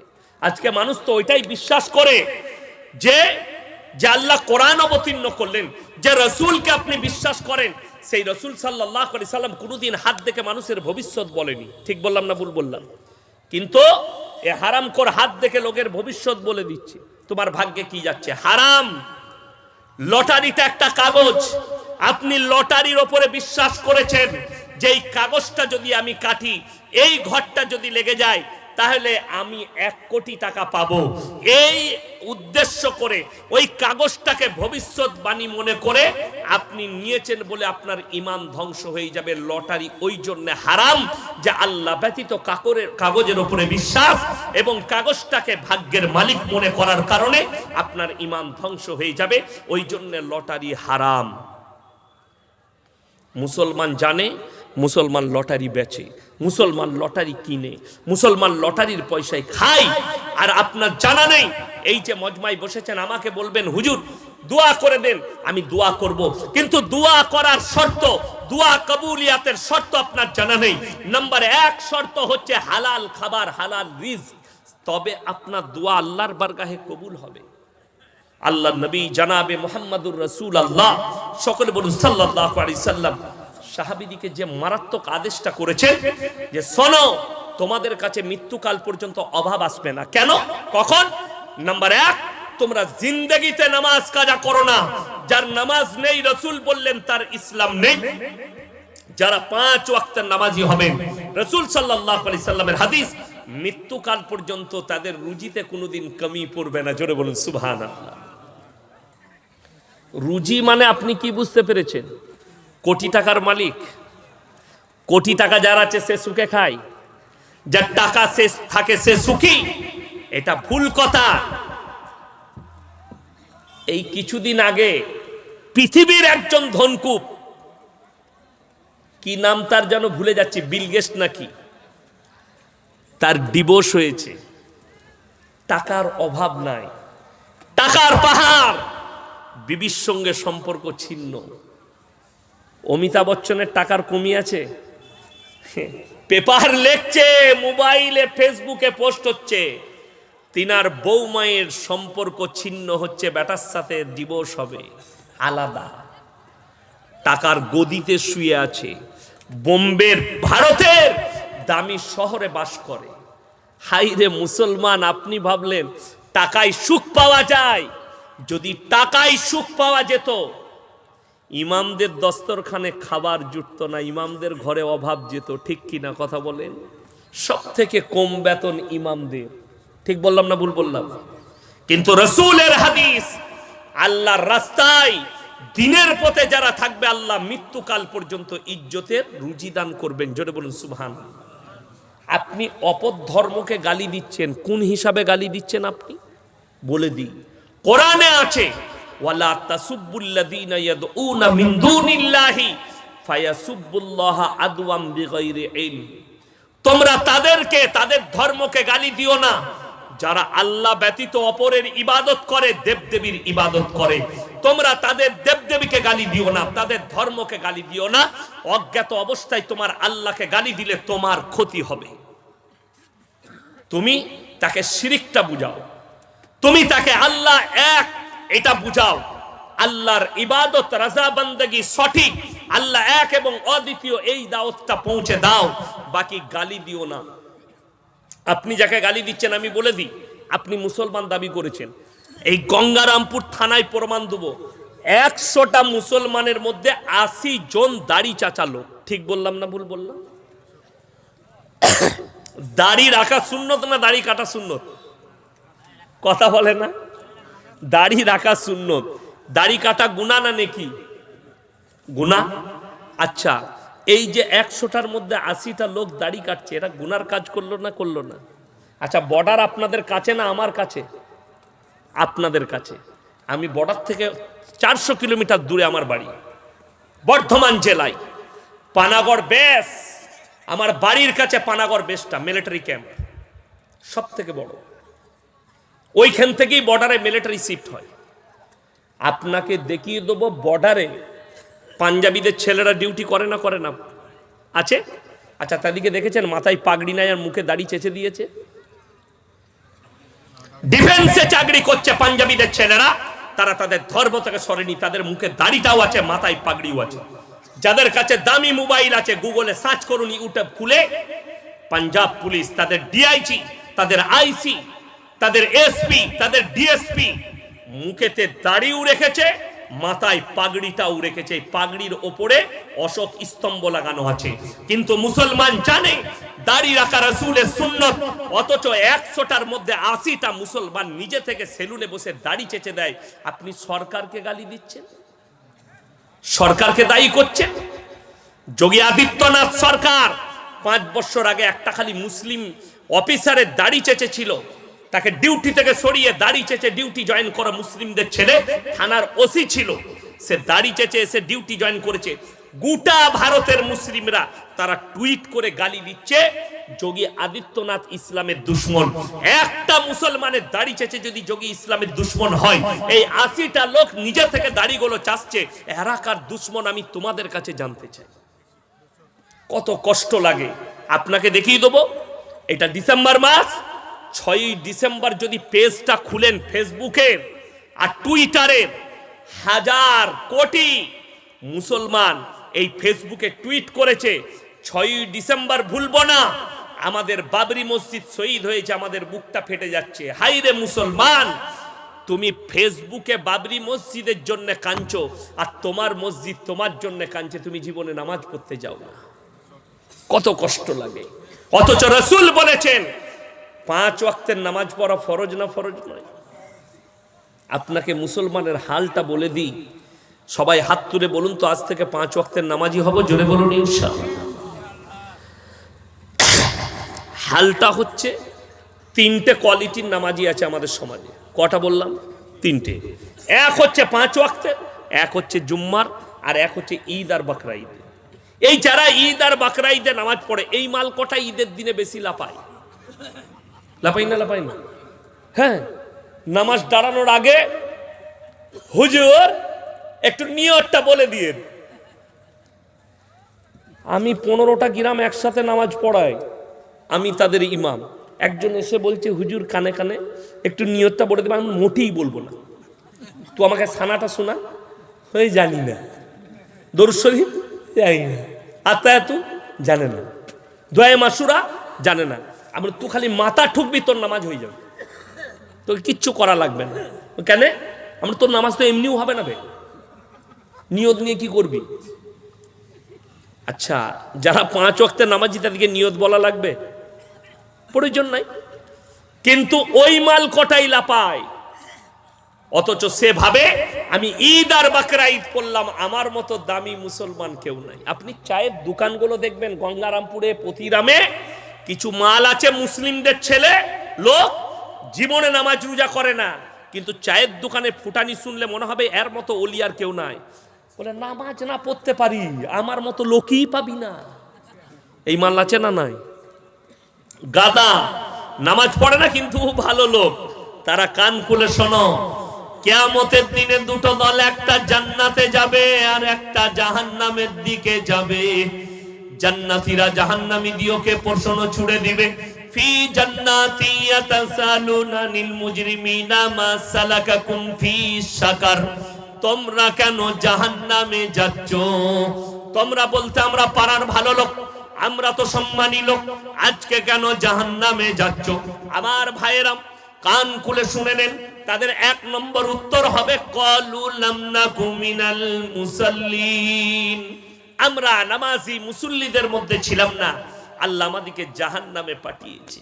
তারা দুঃখের সঙ্গে বলবে, কেঁদে কেঁদে বলবে যে আল্লাহ আমাদেরকে এই কারণে জাহান্নামে পাঠিয়েছে। ক্বালু লাম নাকু মিনাল মুসাল্লিন ওয়া লাম নাকু নুতিমুল মিসকিন, আর আমরা মিসকিনকে খানা খাওয়াইতাম না, আল্লাহ তাই আমাদেরকে জাহান্নামে পাঠিয়েছে। ওয়া কুন্না নাখুদু মাল খাইদিন, এটা বড় প্যাথেটিক আর মারাত্মক। তারা বলবে আমরা দাড়ি টুপি নামাজি মুসল্লিদিকে দেখে হাসি ঠাট্টা বিদ্রুপ করতাম, তাই আল্লাহ আমাদেরকে জাহান্নামে পাঠিয়েছে। অনেকজন দাড়ি নিয়ে হাসি ঠাট্টা করে, করে না? করে না? এই আমাকে আল্লাহ সব দিয়েছে কিন্তু দাড়ি দেয়নি। অনেকজন ফেসবুকে ইউটিউবে লেখে এর বয়ান শোনা যাবে না, দাড়ি নাই। দাড়িটা আমার বাপের জমিতে দাড়ি হলে তো আমি লাগিয়েই ফেলতাম। তোর কাছে ওষুধ থাকলে দে। শরীর, আকৃতি, খাওয়া দাওয়া সব আল্লাহর তরফ থেকে, ঠিক কি না? এই আমাকে দেখছেন, আমার যে গাড়ি চালিয়ে নিয়ে এসছে ওটা আমার ভাই হয় সম্পর্কে, ওর ব্যাটাও আমার মতন শরীর, আয়ার নাম, খাইও ভালো, আল্লাহ শরীর স্বাস্থ্যও দিয়েছে মারাত্মক, একদম হাট্টা-গাট্টা। আমি তাকে বলেছি তুই একদম আমার মতন, এইরকমই মোটা সোটা। তো আল্লাহ তাকে আকৃতি দিয়েছে। আল্লাহ আকৃতি কে দান করেন? আল্লাহ। দাড়ি, এই যে ভাই সাহেব বসে আছে, ওনার দাড়ি দেখে আমার লোভ লাগছে, তো দাড়িগুলো লিয়ার হলে তো খানিক ধার নিয়ে নিতাম, কিন্তু ওটা লিয়া যাবে? আল্লাহ উনাকে দিয়েছেন, ইনাকে দিয়েছেন, ওনাকে দিয়েছেন, আমাকে আমার মতন দিয়েছে, যেটা আল্লাহর ইচ্ছা। ওই জন্যে এই দাড়ি নিয়ে, শরীর নিয়ে কেউ কুর্তি করবেন না। কেউ কি তারা কিয়ামতের দিনে বলবেন আমরা নামাজি মুসল্লি দাড়ি টুপিওয়ালাদের হাসি ঠাট্টা মজাক করতাম, তাই আল্লাহ আমাদিকে আজকে জাহান্নামে পাঠিয়েছেন। সবাই নামাজি হব ইনশাআল্লাহ? জোরে বলুন না ইনশাআল্লাহ। আমার যুবক থেকে বলছি, নামাজি হন। বেঈমান কাফেরের মেহনত হচ্ছে মুসলমানের চরিত্র যেন কোরআনের সাথে না হয়, মুসলমান সম্পর্ক যেন কোরআন থেকে ছিন্ন থাকে।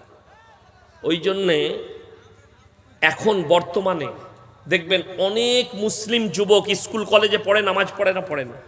নামাজ পড়ে। আমি একটা জলসায় বলেছি, আজকে আবার বলে যাচ্ছি আপনাদিকে, কোনো মুসলিম সে ডাক্তার হোক, মাস্টার হোক, প্রফেসর হোক, ইঞ্জিনিয়ার হোক, আইপিএস হোক, ডিএসপি হোক, আইসি হোক, যতগুলো ডিগ্রি আছে সব হাসিল করো, আল্লাহর কসম করে বলছি যদি তার মধ্যে দিন না থাকে আল্লাহর কাছে কোনো মূল্য নাই, কোন রকমের মূল্য পাবে না যদি তার মধ্যে দিন না থাকে। আর যদি তার মধ্যে দিন থাকে, তার দুনিয়া আখিরাত দুটোই কামিয়াব, দুটোই কামিয়াব, দুনিয়া পরকাল দুটোই কামিয়াব। কেন? আল্লাহ তাকে দিন দিয়েছে। দুঃখের সঙ্গে বলছি, আমার বর্তমানে এক ভদ্র মহিলা আমাকে ফোন করেছিলেন, তার স্বামী রামকৃষ্ণ মিশনে পড়াশোনা করেছে। জানেন, তার কাছে তার বাম্মা কোরআনের তালিম না দেওয়ার কারণে সে এখন চাকরি করে স্কুলে, কিন্তু সকালবেলায় উঠে গোসল করে রামকৃষ্ণর মূর্তিতে পুজো দিয়ে তারপরে স্কুলে যায়। সেই মহিলা আমাকে কি বলল জানেন? যে হুজুর কি করব? আমি বললাম ওকে কালমার দাও, যদি ফিরে না আসে তার সঙ্গে ঘর করা মমিনা হিসাবে তোমার চলবে না, যেহেতু বিয়েটাই টিকবে না, বিবাহটাই টিকবে না তোমার, তাকে দাও। কি করব? থাকা চলবে না, অন্য স্বামী গ্রহণ করো, যেহেতু সে হচ্ছে কাফের, মুশরিক, আল্লাহ ব্যতীত অপরকে রব হিসাবে মেনে নিয়েছে, তাকে দিন হিসাবে মেনে নিয়েছে। এই লোকটার দুনিয়া পরকাল দুটোই খারাপ। শিক্ষা হতে পারে। আল্লাহ ওই জন্য কোরআনে বলেছে বালহুম আদাল, চতুষ্পদ জন্তুর থেকেও কিছু লোক খারাপ হবে। আর আপনি আমি ভাবি আমি মানুষ রূপেও জানোয়ার আছে। কালকে আমি অনেকগুলো বিষয়ে আলোচনা করে দিয়েছি, আজকে আবার আমি আপনাদের কাছে ওই বিষয়টাই করব। কেন? প্রয়োজন আছে সমাজের। আজকে বেঈমান কাফেররা যেভাবে জাল ছুঁড়ে আপনাকে ঘেরেছে না, আপনি বেরোতে পারবেন না। আপনি দেখলেন, আজ থেকে পাড়ায় পাড়ায় মুসলিম দিকে দেখিয়ে দেবো। এই অনেক মুসলমান দোকানদার এই 25শে ডিসেম্বর কেক বিক্রি করে না? হারাম। যে মুসলিমরা 25শে ডিসেম্বর উপলক্ষে কেক বিক্রি করবে তার ওই ইনকামটা ওই দিনের হারাম। আপনি 24 তারিখ পর্যন্ত বিক্রি করুন, 25 তারিখে ফুল বন্ধ থাকতে হবে মুসলিমদের দোকান। 26 থেকে আবার বিক্রি করুন সারা বছর, অসুবিধা নাই। যে মুসলিমরা 25শে ডিসেম্বর কেক কিনে কেউ খাবেন না, জোরে বলুন ইনশাআল্লাহ। আজকে কত তারিখ? 23। কাল 24, পরশু 25। আপনি কালকে কিনে খেলেন, 26শে খাবেন, আজকে কিনে খান, 27শে 28শে খান। 25শে যদি জিদ করে কোনো মুসলমান কেক কিনে খায়, তুমি পদভ্রষ্ট। আল্লাহর কসম করে বলছি, এটা কোরআন আমার সামনে নামানো আছে। সূরা ফাতিহা একবারই শেষ আয়াত, গায়রিল মাগযুবি আলাইহিম ওয়ালাদ দাল্লিন। মাগযুব মানে ইহুদিয়া, দল্লিন মানে নাসারা। এই দুটো দলই পদভ্রষ্ট, আর এদের যারা অনুসারী হবে তারাও পদভ্রষ্ট হবে। এটা কোরআন। আপনি মানতেও পারেন, না মানতেও পারেন। আল্লাহ আপনাকে হিদায়াত দিলে আপনি মানবেন, আর যদি মনে করেন আমি জিদ করে খাবো, আপনি কিয়ামতের দিনে আপনার হিসেব দিবেন, আমি দিতে যাব না। কোন মৌলবি কারো হিসেব দিবেন, আপনি আপনারটা দিবেন। 1 জানুয়ারি আসছে, অনুরোধ করে বলে যাচ্ছি, কোন বাবা নিজের সন্তানকে ফিস্ট করার জন্য, পিকনিক করার জন্য পয়সা দিবেন না। জোরে বলুন ইনশাআল্লাহ। কেন? হারাম। আপনি যদি নামাজি হয়ে আপনার সন্তানকে ফিস্ট করার পয়সা দেন, 1 জানুয়ারি পালন করার, আপনি নামাজি হওয়ার পরেও আপনি পদভ্রষ্ট। কিয়ামতের দিনে আল্লাহর কাছে আপনি হাজিরি দিতে পারবেন না, দাঁড়িয়ে থাকতে পারবেন না। কেন? কোরআন সামনে রাখা আছে। আল্লাহ রাব্বুল আলামিন কোরআনে আছে, কিয়ামতের দিনে ঈসা মসিহকে দাঁড় করাবেন আল্লাহ তাআলা একটাই কারণে, সেটা হচ্ছে এই খ্রিস্টানদের কারণে, যারা 3 জনকে আল্লাহ হিসাবে গ্রহণ করেছে। নাম্বার 1, তারা আল্লাহকে বিশ্বাস করেন সৃষ্টিকর্তা। নাম্বার 2, ঈসা নবীর মা মারিয়াম। নাম্বার 3, ঈসা মসিহ। তাদের গির্জায় দুজনার মূর্তি রাখা আছে। এক হচ্ছে ঈসা মসিহ, দ্বিতীয় হচ্ছে তার মা মারিয়াম। ক্রিসমাস পালন করে, 25শে ডিসেম্বর তারা ক্রিসমাস পালন করে। এটা এই জন্য হারাম।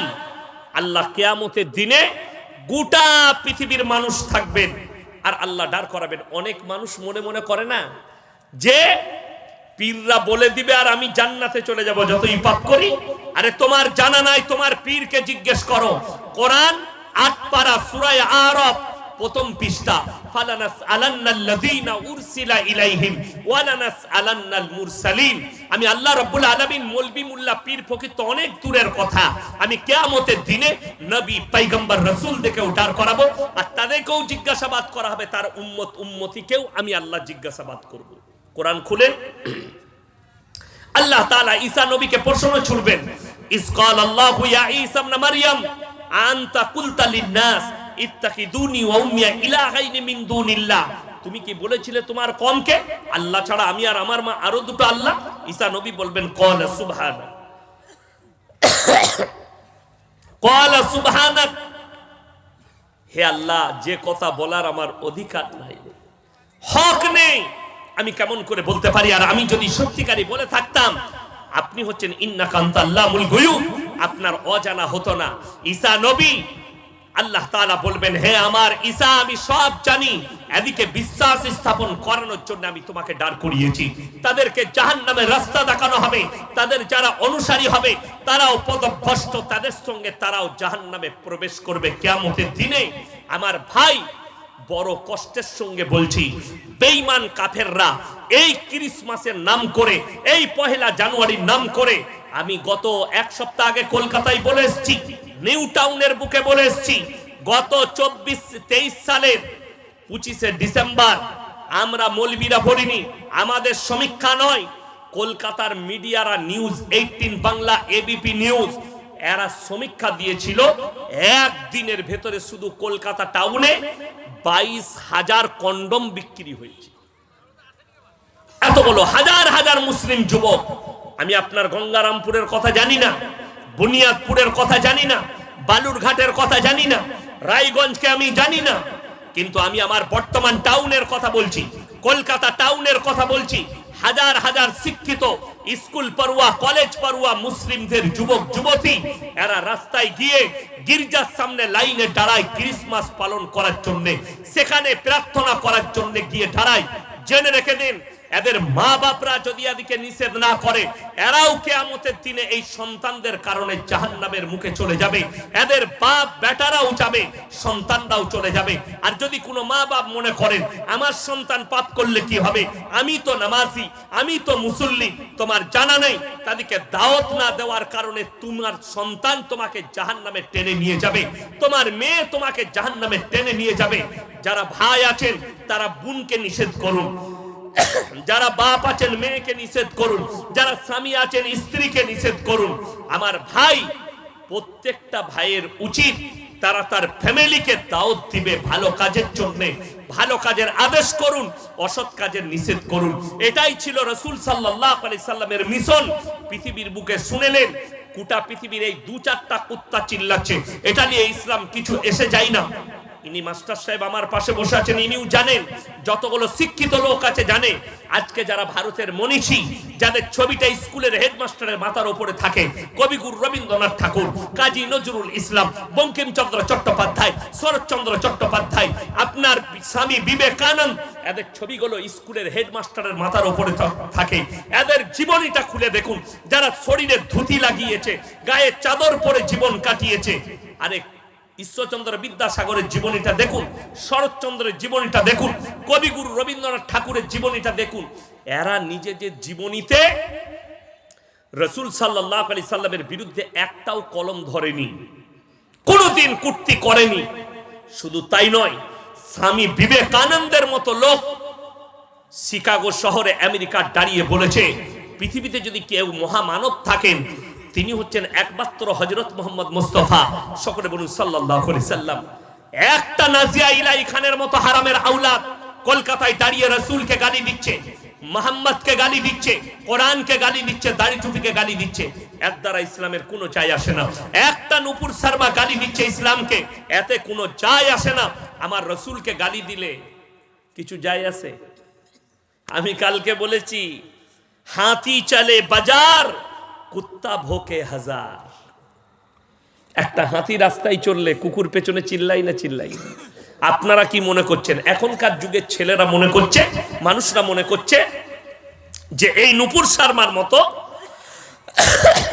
হারামের আওলাদ আজকে গালি দিচ্ছে। ভুল কথা। যেদিন থেকে নবীজি সাল্লাল্লাহু আলাইহি সাল্লাম মক্কা নগরীতে ইসলামের প্রচার শুরু করেছেন, সেই দিন থেকে ইসলামের পেছনে বেঈমান কাফেররা লেগেছে। ঠিক কিনা কথা বলেন? কিন্তু কামিয়াবি লাভ করেছে? করেনি। নবীজি কাবা ঘরে কোরআন পড়ছেন, রিওয়ায়েতে আছে, আর বেঈমান কাফেররা বাইরে চারিদিকে কিসের তাবলীগ করছে? ওয়াকালাল্লাযীনা কাফারু লা তাসমাউ লিহাযাল কুরআন ওয়ালগাউ ফীহি লাআল্লাকুম তাগলিবুন। নবী যে কোরআন আবৃত্তি করে, সে কোরআন তোমরা শ্রবণ করো না, হাত্তা লিমারো, আর কানেতে আঙ্গুল দাও। আপনারা বলুন, ইসলাম রুখতে পেরেছে? পারেনি। জোরে বলুন না সুবহানাল্লাহ। পৃথিবীর 100টা নাস্তিক, কতজন এলো কতজন গেল, আজকে পৃথিবীতে 250 কোটি মুসলমান আল্লাহর কৃপায়। জোরে বলুন না সুবহানাল্লাহ। 250 কোটি। তার মধ্যে 40 কোটি খালি ভারতের মাটিতে আছে। জোরে বলুন আলহামদুলিল্লাহ। আমরা 40 কোটি ভারতের মাটিতে। কিন্তু আমি অবাক হই, আমাদের নামে 3টে অভিযোগ। নাম্বার 1, এরা 4টা করে বউ রাখে। হাত তুলেন, 4টা বউ কার কার আছে?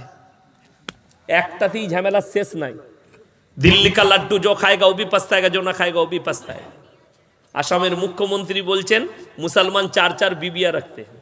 पता नहीं भाई आपको, आप कौन से स्कूल से पढ़े? দ্বিতীয় নম্বর, মুসলমানরা 10টা করে ছেলে নেয়। এটা অভিযোগ। অবাক লাগে, মোদিজি 6টা ভাই, কিন্তু দোষ হচ্ছে ইয়াসিনের। যোগীজি 7টা ভাই, দোষ ইয়াসিনের। তেগড়িয়ারা 10টা ভাই, দোষ হচ্ছে মাস্টার আব্দুর রহমানের, আব্দুল সাত্তারের। বড় কষ্ট লাগে, দুঃখ লাগে। রবীন্দ্রনাথ ঠাকুর 14টা ভাই। কটা ভাই বললাম? 14টা ভাই বোন রবীন্দ্রনাথ ঠাকুররা। তাকে কি বলবেন? আমাদের অভিযোগ নাই। আজকে যে যুগটা এসছে, এই যুগে 2টোর বেশি ছেলে কারুর হবে না। কেন?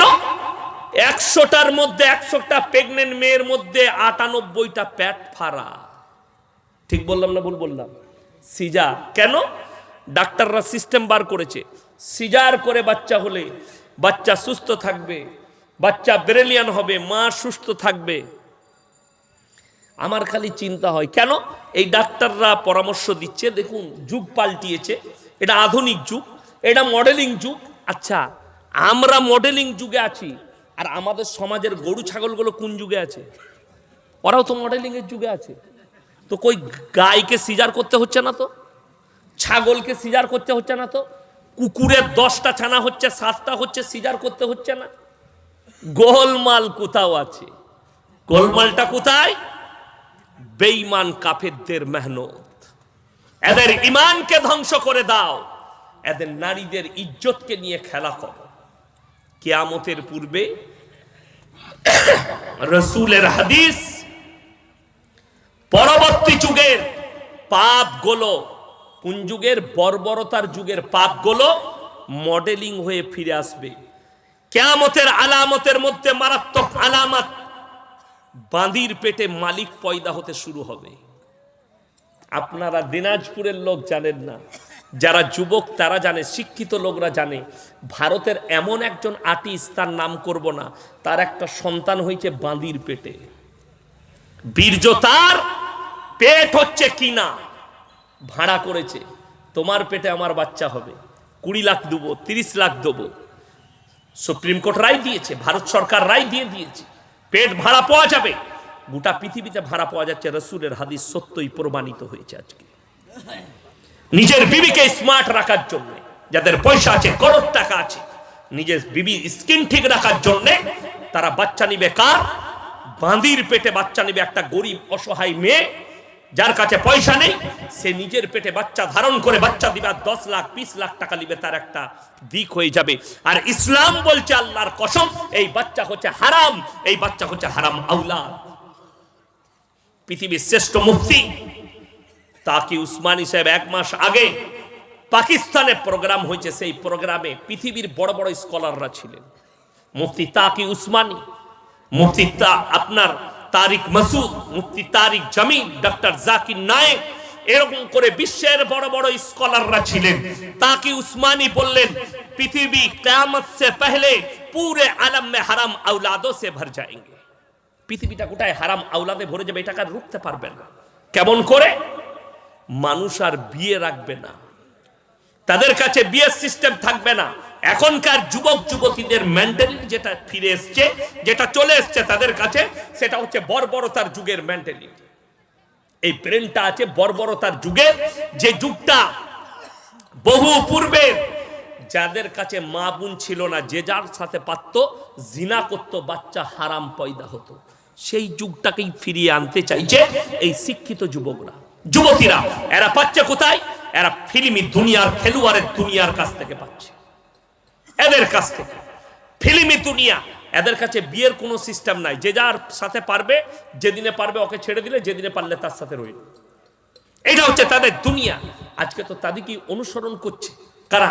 যুবকরা। আজকে দেখলে মোবাইলে কয়েক হাজার মহিলা, মুসলিমদের মেয়ে, কেউ বোরকা পরে, কেউ আপনার হিজাব লাগিয়ে, তারা টিকটক বানাচ্ছে মোবাইলে, টিকটক বানাচ্ছে। একজন মুফতির বিবি,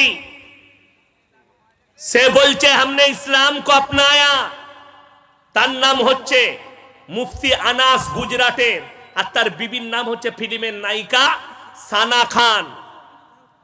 से बोलचे मैंने इस्लाम को अपनाया, बड़ी दुख है। ऐसे मुफ्ती तो समाज के लिए बहुत बड़ा कलंक है।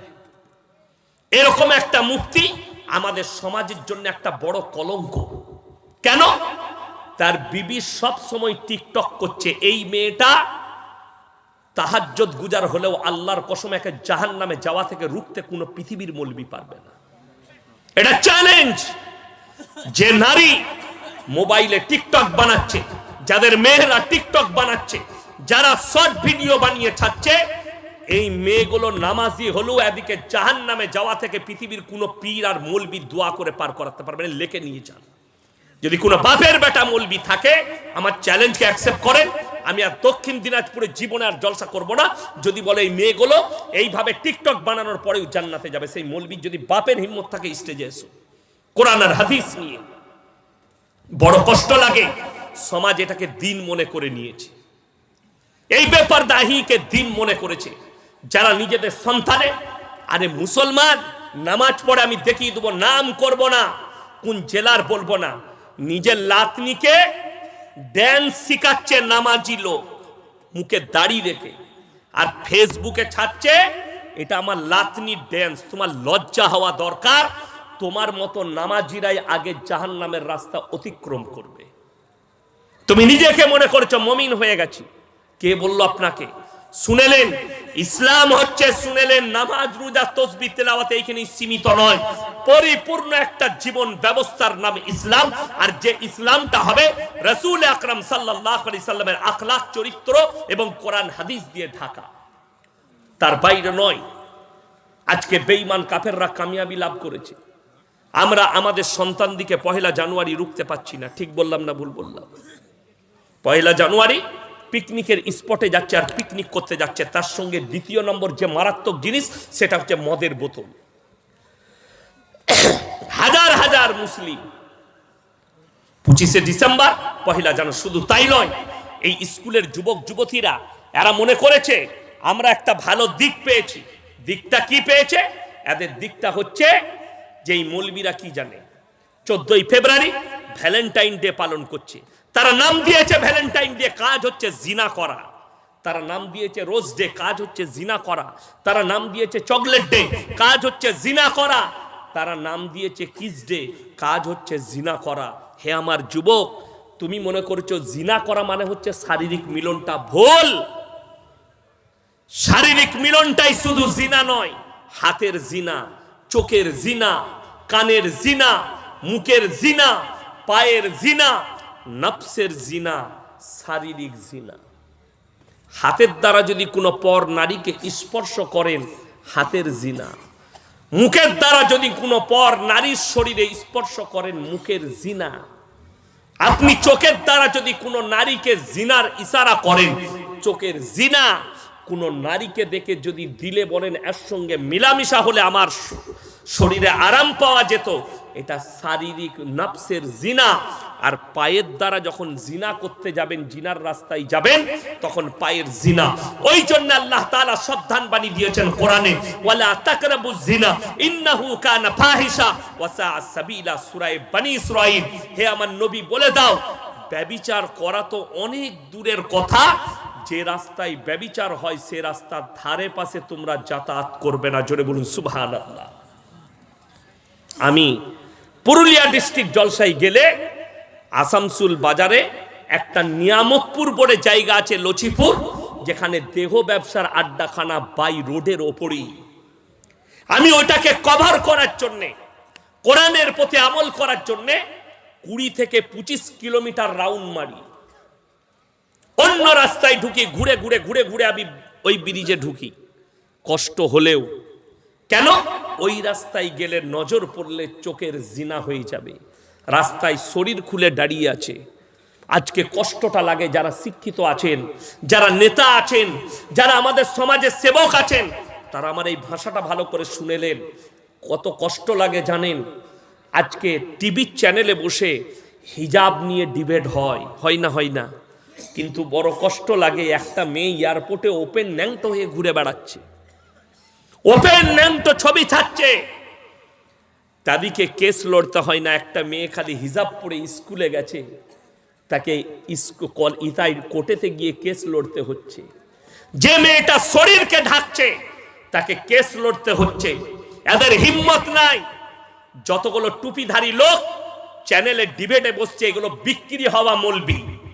যদি এদের বাপের হিম্মত হয়, এবিপি আনন্দ, আজ তাক, যতগুলো চ্যানেলওয়ালা আছে, নিউজ 18, যদি তোমাদের বাপের হিম্মত থাকে, আমাদের মতো বাপের বাটা মৌলবির সাথে বসে দেখো, পর্দা কি বুঝিয়ে দেব, ইসলাম কি বুঝিয়ে দেব। একটা মুসলিম মেয়ে, সে নিজের শরীরকে, ইজ্জতকে ঢাকতে চাইছে, এ হারামখোররা খুলতে চাইছে। যারা মনে করছেন ছোট পোশাক পরাটা ইসলাম, এই দেশের মডেলিং, জেনে রেখে দিবেন, যদি ছোট পোশাক পরা মডেলিং হয়, তোমার গঙ্গারামপুরের সব থেকে বড় মডেলিং হচ্ছে কুত্তাগুলো, যারা কোনো পোশাকই পরে না। আর যদি তুমি মনে হয় যে ইসলাম কি, নারীর মর্যাদা কি, আপনি অবাক হবেন। একটা চকলেট কাগজে মুড়া থাকে না খোলা থাকে? কথা বলে না? মুড়া থাকে।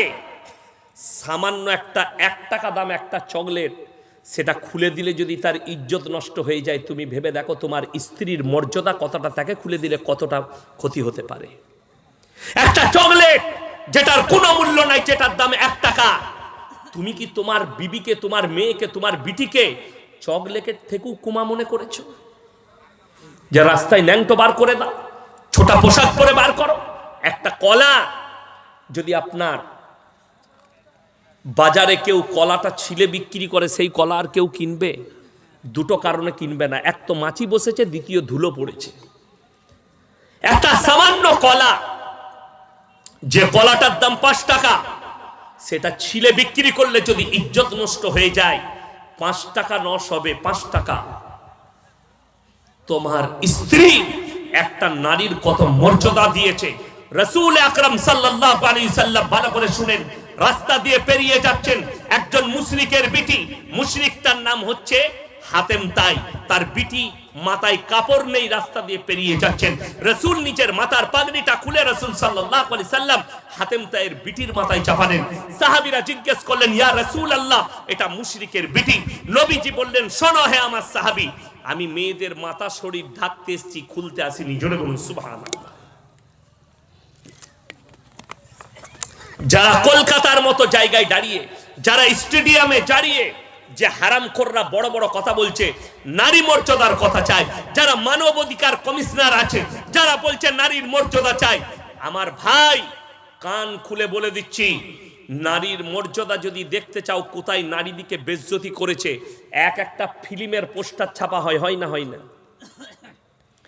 সেই পোস্টারে নায়কের ফুল হাত শার্ট, ফুল প্যান্ট, আর একটা নায়িকার অর্ধ উলঙ্গ ড্রেস।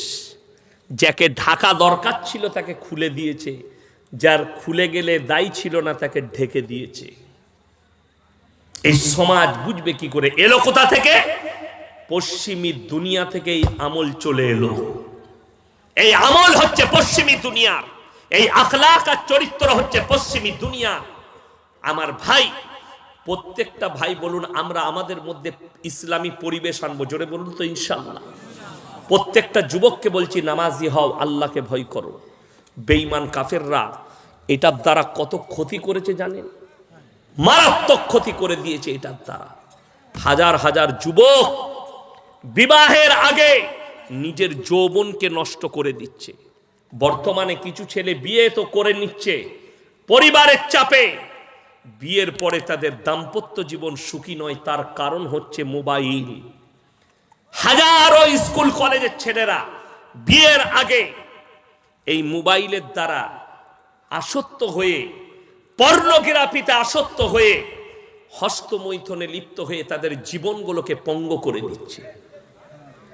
হাজার হাজার মুসলিম যুবক, তাদেরকে অনুরোধ করে বলছি, যারা মনে করছেন এই পর্নোগ্রাফি থেকে বেরিয়ে আসতে পারছি না, এটা আমার কথা নয়, একজন বিশেষজ্ঞ ডাক্তারের কথা।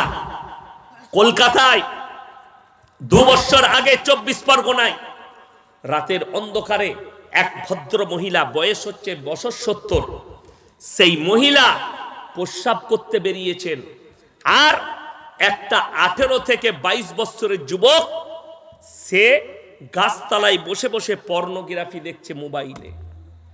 এই দেখতে দেখতে সেই ভদ্র মহিলাকে দেখেছে পেশাব করতে বসেছে। দেখার পরে ওই গাছতলায় সেই ভদ্র মহিলাকে রাতের অন্ধকারে ধর্ষণ করেছে ছেলেটা, 70 বছরের বৃদ্ধ মহিলাকে। পুলিশে তাকে অ্যারেস্ট করেছে, তাকে ডাক্তারের কাছে নিয়ে যাওয়া হয়েছে। সেই বিশেষজ্ঞ ডাক্তার বলেছে, শোনো, যে সমস্ত যুবকরা যুবতীরা যারা পর্নোগ্রাফি দেখে, তাদের মারাত্মক রোগ চলে আসে। নাম্বার 1, তারা যে মেয়েটাকে দেখবে সে তার মাকে দেখুক, বোনকে দেখুক, বিটিকে দেখুক, জিনার চোখে দেখবে, ব্যভিচারের চোখে দেখবে। কত মারাত্মক রোগ! এই জন্য এই ছেলেটা ধর্ষণ করে ফেলেছে। এই যাকে দেখেছে চোখেতে, তাকে জিনার চোখে দেখেছে।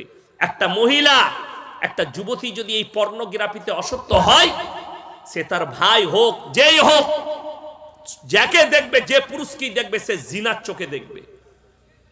আল্লাহ আমাদের সমাজকে হিফাজত করুক, বলুন আমিন। কেন? তোমার যদি উপযুক্ত বয়স হয় বিবাহ দিয়ে দাও। আমাদের বাপ মায়ের একটা মারাত্মক দোষ আছে, কি? ছেলেকে বলে আমার ছেলে নিজের পায়ে দাঁড়াক তারপরে বিয়ে দেবো। বলে না অনেক বাম্মা? এদের থেকে অপরাধী বাম্মা কেউ নাই। রুজির মালিক সকলে বলুন কে? রুজির মালিক যদি আল্লাহ হয়, তোমার সন্তান যদি বিয়ের উপযুক্ত হয়, বিবাহ দাও। যে মেয়ে যে বৌমা আসবে সে নিজের রুজি মেপে তোমার বাড়িতে আসবে। আমি যখন ফারেগ হয়নি সেই বছরে কিরাত পড়ছি শেষ, তো কুরবানির সময় আমার মা ফোন করলো, তোমার বিয়ে ঠিক হয়েছে। ঠিক করেছি ফুপুই তো বোনের সাথে, ফুপুর মেয়ের সাথে। আমি কুরবানির সময় এসে দেখলাম আমি বিয়ে করেছি। আমি মনে মনে ভাবলাম, আমার আব্বাজিকে বললাম, আরে আমার তো 2500 টাকা বেতন, একটু 1 বছর 2 বছর চাকরি করি তারপরে। আমার আব্বাজি বললে, রুজির মালিক আল্লাহ, তুমি বিয়ে করো। আমি বিয়ে করলাম। বিশ্বাস করুন, আজকের দিন পর্যন্ত যে 2500 আল্লাহ যে বরকত দিয়েছিল, আজকে 2.5 লাখে তার থেকে বেশি নয়, অতটাই বরকত আছে। কোনোদিন অনুভব করি নাই। যেদিন 2500 যেমন অনুভব করেছি, আজও সেটাই অনুভব করি। কেন? যে আসে সে নিজের রুজি মেপে আসে। ওই জন্যে পেটের বাচ্চা এলে বাচ্চাকে ভয়ে নষ্ট করতে যাবেন না, যে আমার একটা বাচ্চা আছে, আর একটা বাচ্চা হলে কি করে খাওয়াবো, মানুষ করব। কেন? কোরআনে মারাত্মক আল্লাহ উপদেশ দিয়েছেন, ওয়ালা তাকতুলু আওলাদাকুম খাশিয়াতা ইমলাক নাহনু নারযুকুহুম ওয়া ইয়্যাকুম। তোমরা দরিদ্রতার ভয়ে তোমাদের আওলাদকে কতল করো না।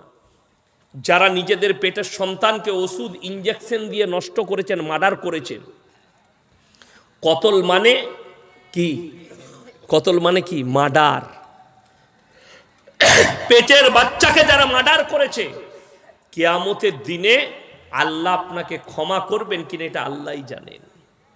আপনি ক্ষমা চাইবেন কেঁদে কেঁদে, আল্লাহ আমি বড় অপরাধী। এইটা নিচর কোনো মৌলবি দিতে পারেননি। আমি আমার উস্তাদে মাহতারামকে জিজ্ঞেস করেছিলাম, হাদিসের উস্তাদ, হাজরত, কেউ যদি নিজে থেকে নিজের পেটের সন্তানকে কতল করে ওষুধ কিংবা ইঞ্জেকশন দিয়ে, इसका क्या होगा क़यामत के दिन? बोले भाई उनको कहो कि अल्लाह से माफी मांगे, बस अल्लाह ही जाने, अल्लाह माफ करने चाहा तो कर दे सकता है, लेकिन इसका कोई माफी नहीं है। আজকে মুসলমান জানে না, ছোট ছোট পাপগুলোকে তারা ভাবেই না। কেন? নিজের ব্রেনের দ্বারা কথা বলে, ব্রেনের দ্বারা পরিচালিত হয়। আপনি আপনার ব্রেনের দ্বারা ইসলামের বিচার করবেন না, ইসলামটাকে নিজের মনে করবেন না। আমি দেখলাম আমাদের দেশে, আপনাদের এখানে ধান চাষ হয় না? হয় না? ধান চাষ হয়। আচ্ছা, ধান চাষের পরে দেখবেন এখন মেশিনে ধান কাটা হচ্ছে, হচ্ছে না? হয়নি? কিছু লোক, কিছু চাষি মাঠে আগুন ধরিয়ে দিচ্ছে ওই খড়গুলোতে। ঠিক বললাম না ভুল বললাম? আমি আমাদের দেশে দেখলাম, আপনাদের দেশে ওই খড়গুলোতে আগুন ধরানোর পরে নিরীহ যতগুলো প্রাণী মারা যাবে, কীট পতঙ্গ, সব বাড়ির হিসেব কিয়ামতের দিন আপনাকে লাগবে। আপনি পানি দিয়ে পচিয়ে দেন, পানি ভরে দেন, তা না হলে ওগুলো তুলে নিয়ে এসে অন্য জায়গায় দিয়ে দেন। মানুষ সেগুলো মেয়েরা জ্বালিয়ে দেয় কিংবা গরিবরা নিয়ে নেয়। অনেক মানুষ মাঠে আগুন ধরিয়ে দিল, জঙ্গলে আগুন ধরিয়ে দেয় অনেক লোক। কোন লোক যদি জঙ্গলে আগুন ধরায়, যতগুলো নিরীহ প্রাণী মারা যাবে, কিয়ামতের দিনে এই প্রাণগুলোর হিসেব দিতে দিতে সে আর জান্নাতের খুশবু পাবে না। অনেক লোক পুকুর চাষ করে না? করে না? হিংসা করে আপনি তার পুকুরে বীজ ঢেলে দিলেন, দেয় না? দেয় না? অনেকজন ওর মাছগুলো ধ্বংস করে দেব। আচ্ছা আপনি বলুন, তকদিরের মালিককে? তো আপনি যদি মনে করেন কারুর পুকুরে বীজ দিয়ে তার তকদিরকে নষ্ট করবো, আল্লাহর কসম পারবেন না। হায়াত, মত, ভালো মন্দ, কল্যাণ অকল্যাণ আল্লাহর হাতে। বরঞ্চ আপনি যদি কারুর পুকুরে বীজ দেন, কিয়ামতের দিনে আল্লাহর কসম করে বলছি, ওই যতগুলো নিরীহ প্রাণী, মাছ থেকে শুরু করে কীট পতঙ্গ, সাপ বিছু যারাই মারা যাবে পুকুরে, এর হিসেব দিতে দিতে আপনি আর জান্নাতের খুশবু পাবেন না। ফেরে পড়ে যাবেন। আপনি নামাজি, তাও আপনি ফেরে পড়বেন।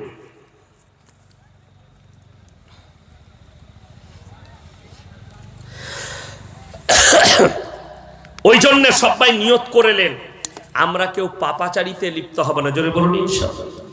প্রত্যেকটা ভাই আজ থেকে নামাজ কাজা কেউ করব না, জোরে বলুন ইনশাআল্লাহ। সবাই কোরআনের সাথে সম্পর্ক রাখবো, জোরে বলুন ইনশাআল্লাহ। যাদের বাড়িতে মানে কোরআন নাই একটা করে কিনে নেবেন, তফসির করার জন্য নয়, মানেটা পড়ে ওটা বুঝার জন্যে ইসলাম কি কতটা। বড় বড় আলেমদের লেখা বই কিনুন, আপনার বাড়িতে রাখুন, আপনার মঙ্গল হবে, আপনার জন্য কাজ হবে। চলুন আজকে নিয়ত করুন যেই কোরআনের সাথে সম্পর্ক রাখবো, জোরে বলুন ইনশাআল্লাহ। এই মাদ্রাসাগুলো এক শ্রেণীর লোক চাইছে ধ্বংস করে দেবো, আল্লাহর কসম করে বলছি, এই মাদ্রাসা বাঁচানোর দায়িত্ব আপনার। আল্লাহ হেফাজত করবে। আল্লাহ নবী সাল্লাল্লাহু আলাইহি সাল্লাম মক্কা নগরীতে আল্লাহ বলেন এলান করো। কি করো? এলান করো। কি এলান? ওয়ামা ইউকরিদুল্লাহ কারদান হাসানা, আল্লাহর রাস্তায় কে কি কারদে হাসানা দিবে বল। আল্লাহর নবী সাহাবীরা নিজেদের জান মালকে কুরবান করে দিয়েছেন। আজকে আপনাকে জান দিতে হবে না দিন বাঁচানোর জন্য, কোরআন বাঁচানোর জন্য। কোরআনে আছে আল্লাহ যাদিকে মাল দিবে তোমরা তিন জায়গায় খরচ করো। ওয়া আতিদাল কুরবা, তোমার কাছের গরিব যদি হাত পাতে ফিরাবে না। ওয়াল ইয়াতামা ওয়াল মাসাকিন, এতিম আর মিসকিন হাত পাতলে ফিরাবে না। ওয়াবনাস সাবিলি ওয়ালা তুবাদদির তাবদীরা। আর তৃতীয় নম্বর হচ্ছে মুসাফির যদি হাত পাতে তার হাতকে জীবনে ফিরিও না। ইন্নাল মুবাদদিরিন কানু ইখওয়ানাশ শায়াতিন, যারা অপব্যয় করে তারা শয়তানের ভাই। আমার ভাই, আমার আল্লাহওয়ালা ভাইয়েরা, আল্লাহ তাআলা আমাদের সকলের জানে মালে ইজ্জতে বরকত দেখ, বলুন আমিন।